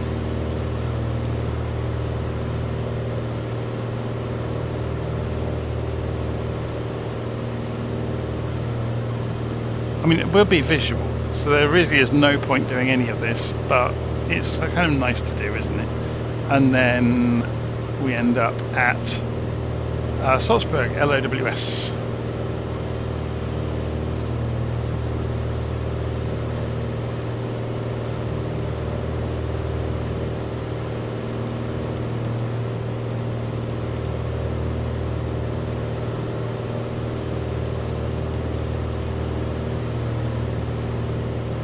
Oh, it's already got it. I'm being silly.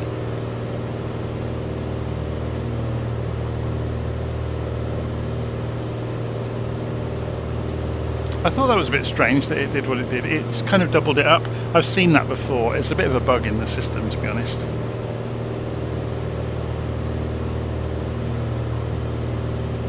It won't hurt it. If you did want to clean that up, all you have to do is come down here in the legs and get rid of this bit.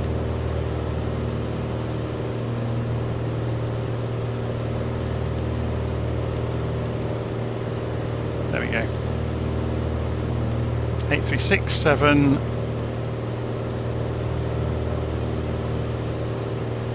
So they've missed out 4. They're coming straight from WS833 by the look of it.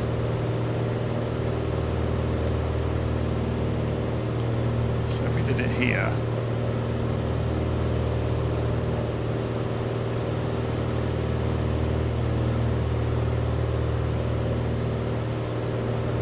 That should make a bit more sense. So if we zoom out now, we'll start to see this happening. You can see where we've got ADS-B switched on. We can see other traffic on the nav display. Superimposed in. There's somebody just coming past the SBG VOR. There's us just coming in.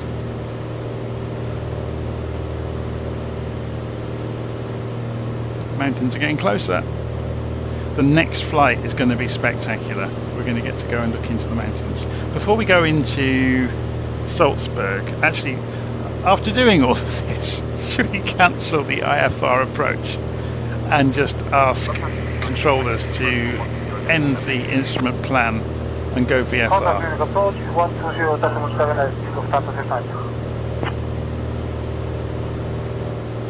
So this circle people are talking about here, the racetrack, that's a holding. So say you flew straight over, so you can stay in the area while they're deciding what to do with you. So if you miss your approach, you continue straight on out and you go into a holding pattern here. So you're doing a right pattern with, it looks like about a couple of minutes leg. I think this can do holds as well. I'm pretty sure. Clear. So we go to flight plan. I can't remember how you instigate them.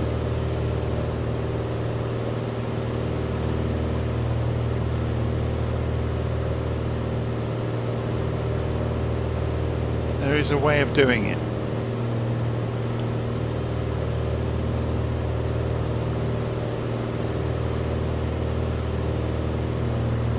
I used to know. I used to know a lot of things. We could do an approach. And that's going to annoy me now. I'm pretty sure the 530 can do holds.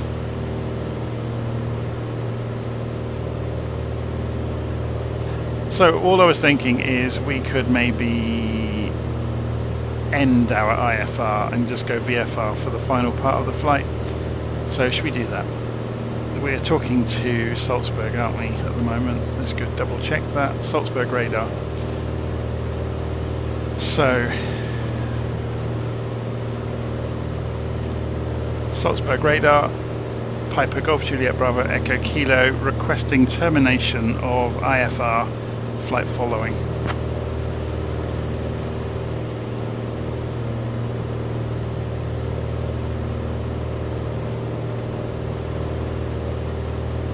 Piper Bravo Echo Kilo, IFR traffic service terminated, radar service terminated, Squawk 7000. Squawk 7000, Bravo Echo Kilo.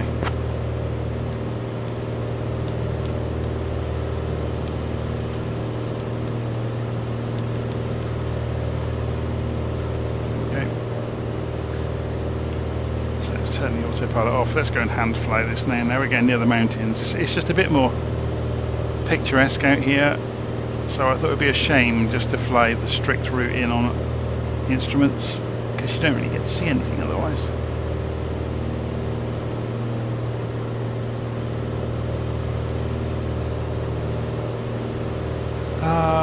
What direction do we need to go overall to come straight in? 127 degrees.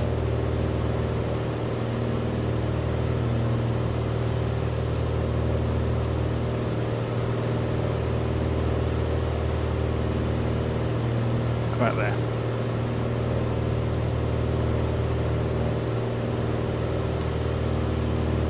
Okay, that just gives us a nice little marker on the HSI to know what direction Salzburg is, because obviously we can't quite see it out in front of us yet.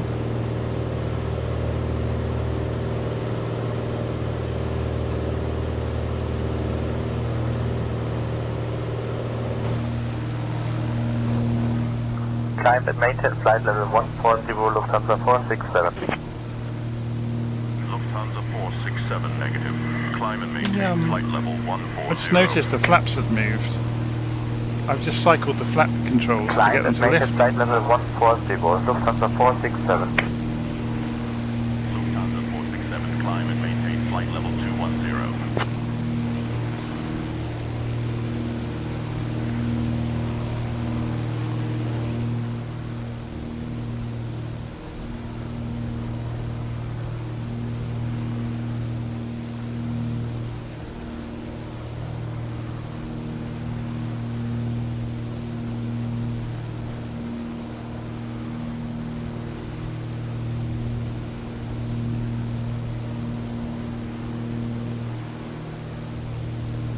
Yeah, just looking at the live stream comments, you can certainly add holds in. I just can't remember off the top of my head. It's one of those squirrely things that's quite difficult to remember if you don't do it regularly.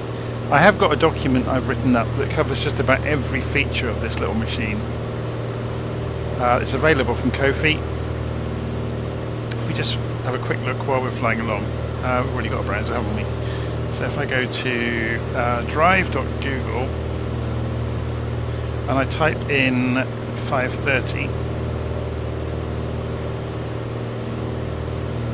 and I've got a document here, the GNS 530 Quick Reference Guide, which is my own aid memoir for this thing. If I can search it then for hold, yeah, it is in here.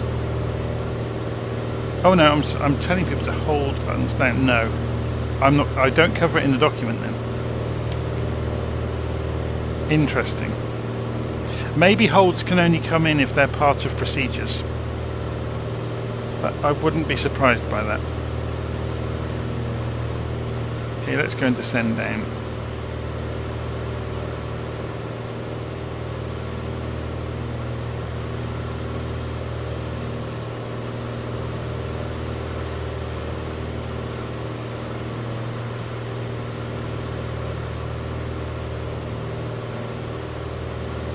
So we're going to go and have an explore around Salzburg. So we ask Sarah about it, our resident tour guide. Hi Sarah, what can you tell us about the Eastern Alps?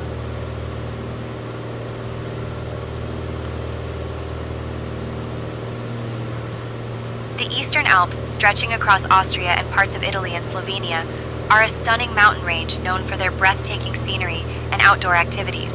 At our current position, we can see the rugged peaks and valleys that attract hikers, skiers, and nature lovers from around the world. The highest peak in the Eastern Alps is the Grossglockner, which stands at 3,798 meters and is a popular destination for climbers. Legend has it that the mountain was named after a mythical giant who used to roam the area. So if you see some snow-capped peaks, you might just be looking at the giant's old stomping grounds.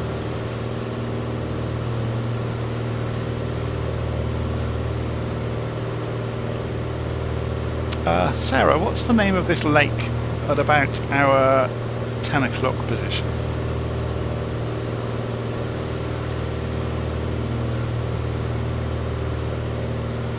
The lake at about our 10 o'clock position is called Lake Chiemsee. It's the largest lake in Bavaria and is often referred to as the Bavarian Sea. This beautiful lake is famous for its stunning islands, including Herreninsel, which is home to the grand Herrenchiemsee Palace built by King Ludwig II. The lake is a popular spot for sailing, swimming, and fishing, and it offers picturesque views of the surrounding mountains.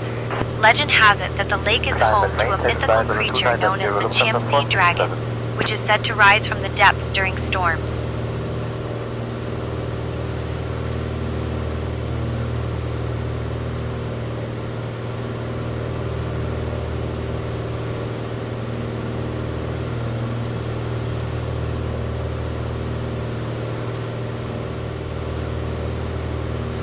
Sarah, what's the body of water a few miles off of our right wing?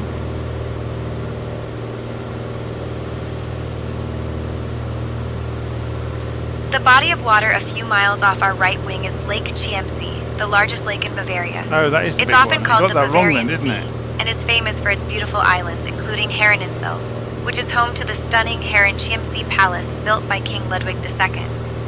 This lake is a popular spot for sailing and swimming, and it offers picturesque views of the surrounding mountains. Legend has it that the lake is home to a mythical creature known as the Chiemsee Dragon, which is said to rise from the depths during storms.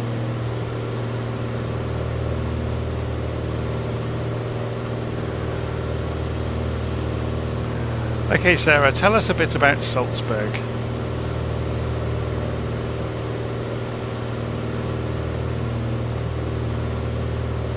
Salzburg, located about 30 miles to our northeast, is famous for being the birthplace of Wolfgang Amadeus Mozart. The city is known for its stunning Baroque architecture and is a UNESCO World Heritage Site. One of the most iconic landmarks is the Hohensalzburg Fortress, which sits atop a hill and offers breathtaking views of the city and surrounding mountains. The fortress dates back to 1077 and is one of the best preserved medieval castles in Europe. Salzburg is also famous for its beautiful gardens, particularly the Mirabell Gardens, which are a popular spot for both locals and tourists alike.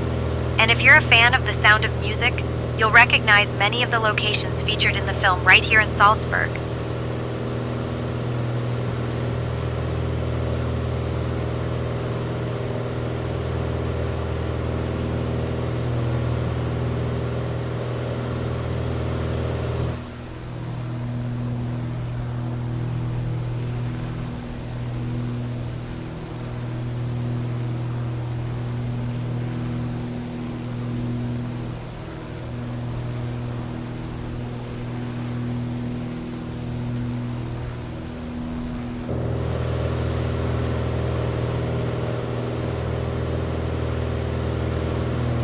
Hey, we're not far away now.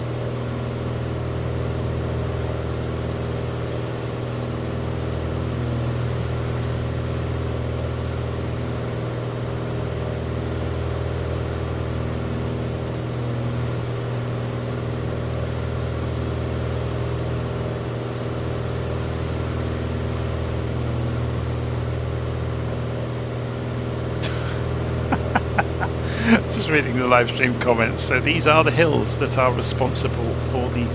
It's not an awful song. It's quite a nice song. I don't know. I've got a soft spot for The Sound of Music. My nan had the LP or album of it. I vividly remember her having the album.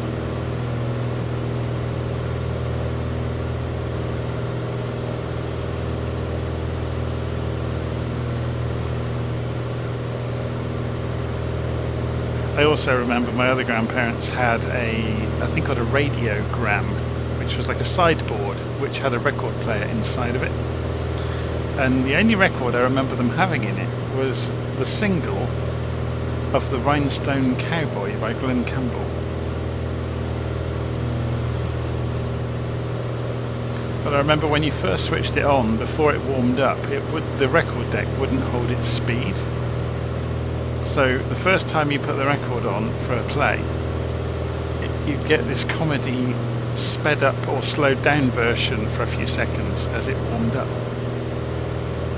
And that's my childhood right there.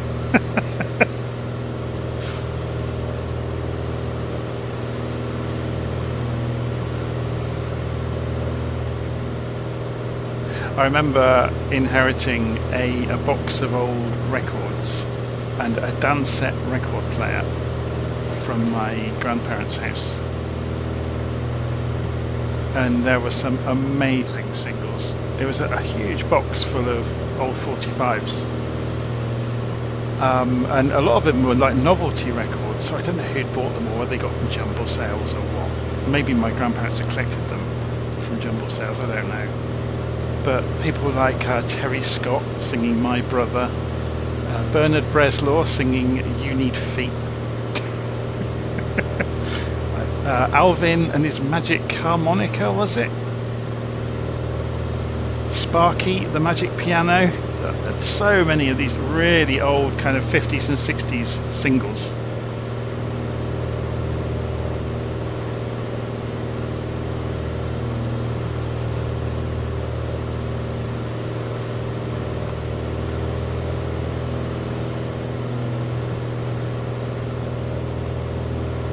Oh, who was the other? There was some proper records in there. There was Harry Belafonte and oh crikey, I'm not going to remember the rest of them.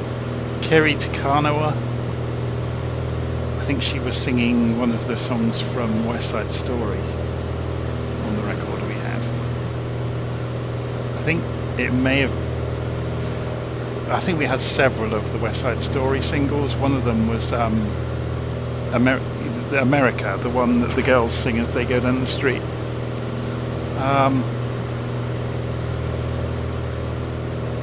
Yes, okay, so we should be nearly on top of Salzburg. Let's go and have a look at the map and see where we are. So we're just coming round, so if we skirt across the hills here, you'll see it in the distance.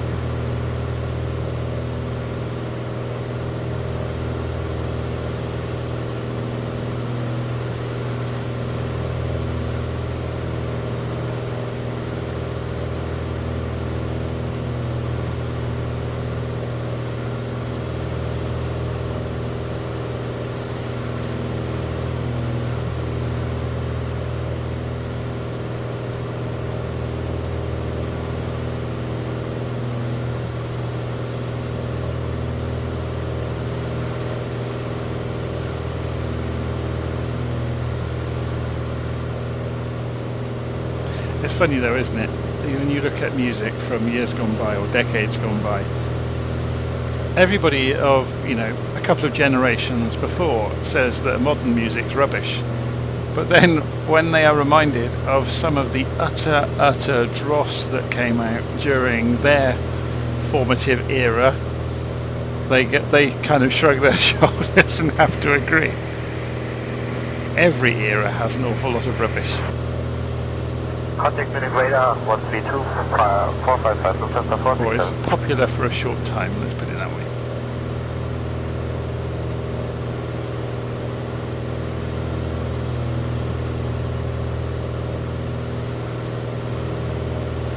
So we'll stay away from the airport, shall we? Behave ourselves. Whoa, that's a busy road.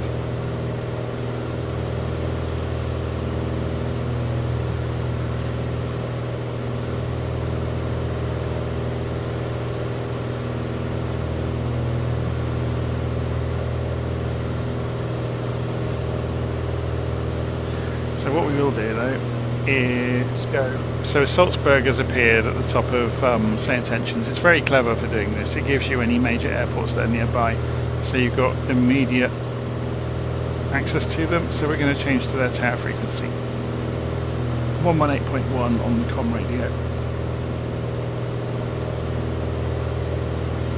So there's the castle they were talking about, I think, on the outcrop there. So there's the airfield. We'll come back there in a moment. We're going to go and have a nose around the ancient part of the city.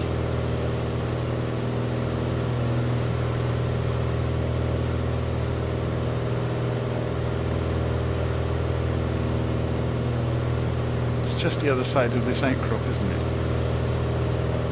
We'll circle the castle and have a good look at it. So we're doing about 130 knots, not doing bad at all.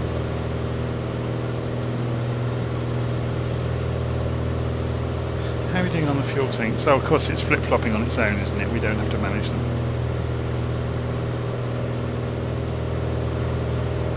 So it's got photogrammetry.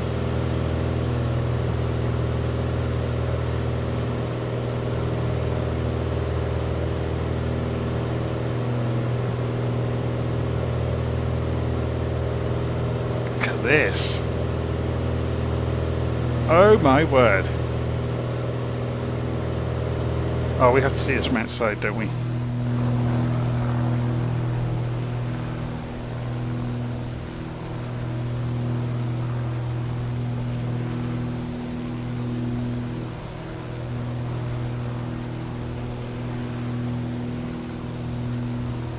Should we drop the sun a bit lower in the sky to give us some golden time shadows?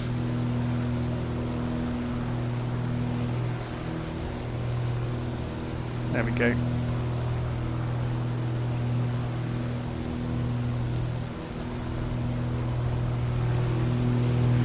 So there's the more modern part of the city. At behind us over there, look, along the river, is the older part.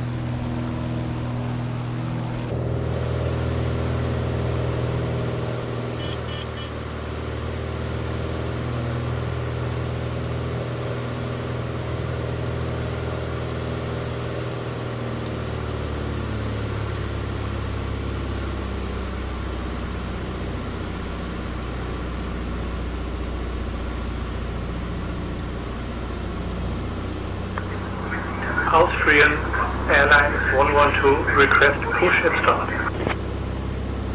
Austrian 112, push and start approved, face southeast.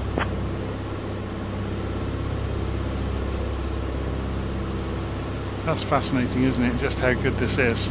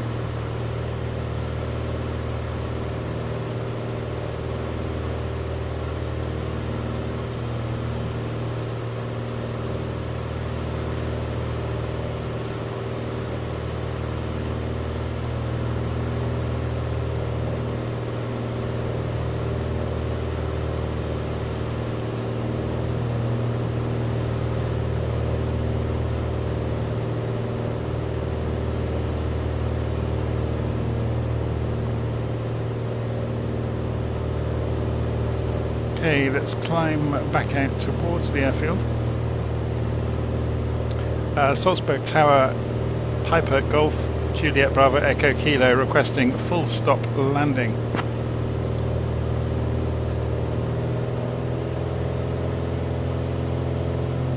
Piper Bravo Echo Kilo, winds 175 at 3, runway 33, cleared to land. Runway 33, clear to land, Golf Juliet Bravo Echo Kilo. So we'll do a left pattern around the airfield to get to runway 33. Let's get out of the way of this runway.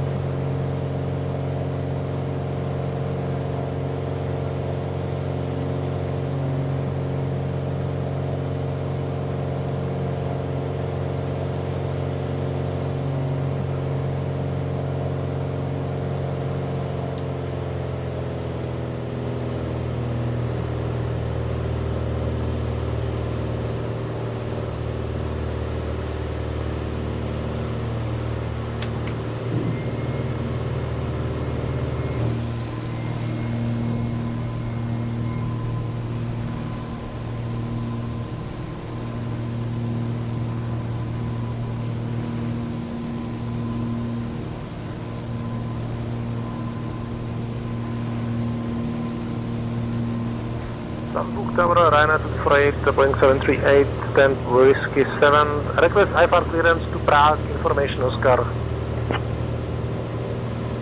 Clear to Rozhivia, en route to Alpha departure, then as file, departure on 133, initial climb 5000, departure on 132.46, squawk 5114, Ryanair 2248. RYR 2248, 2248, read back, correct. Sunbrook Tower, Ryanair 248, stand Whiskey 7, information Oscar, request pushback and start up. Salzburg Tower, Piper, Golf Juliet, Bravo Echo Kilo, downwind, turning base for landing, runway 33.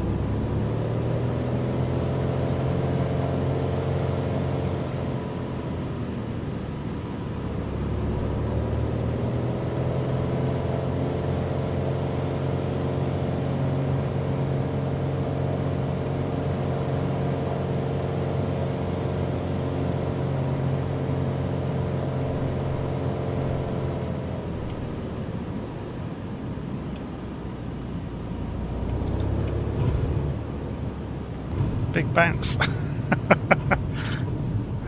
Ran out of talent there at the end. Not used to the aeroplane. It's the first time I've landed it for months. I think we go this way.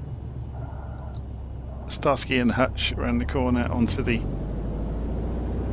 taxiway. Piper Bravo Echo Kilo, welcome to Salzburg. Taxi to General Aviation Parking via Delta, Lima, Golf, to monitor this frequency. Taxi to General Aviation Parking via Delta, Lima, Golf 2. Thank you, Bravo Echo Kilo. Let's go and have a look at the map then, see where that goes.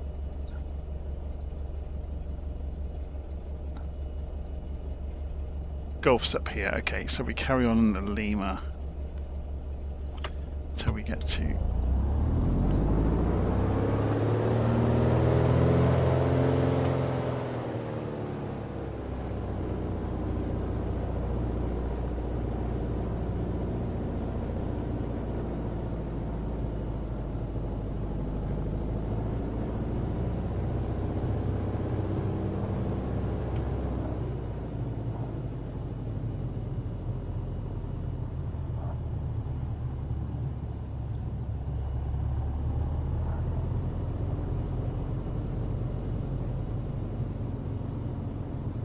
next left.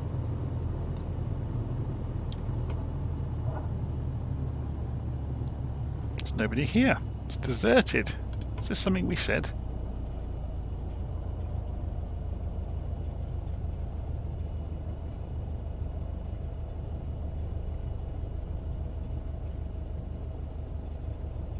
Looks quite eerie, doesn't it, without any other aeroplanes around?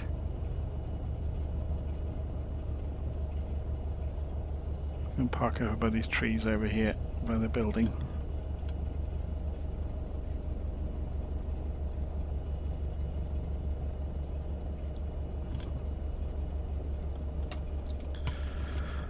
Okay.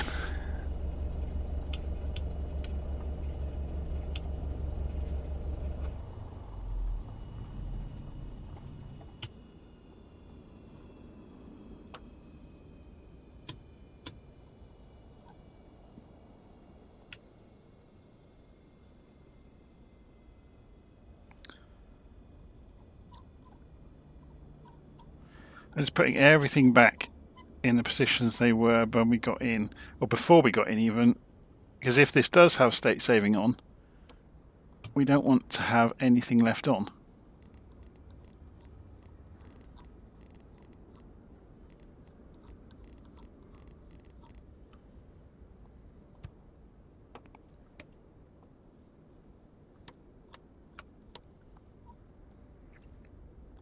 I think that's just about it. Okay, so we survived. Back in time for tea and medals.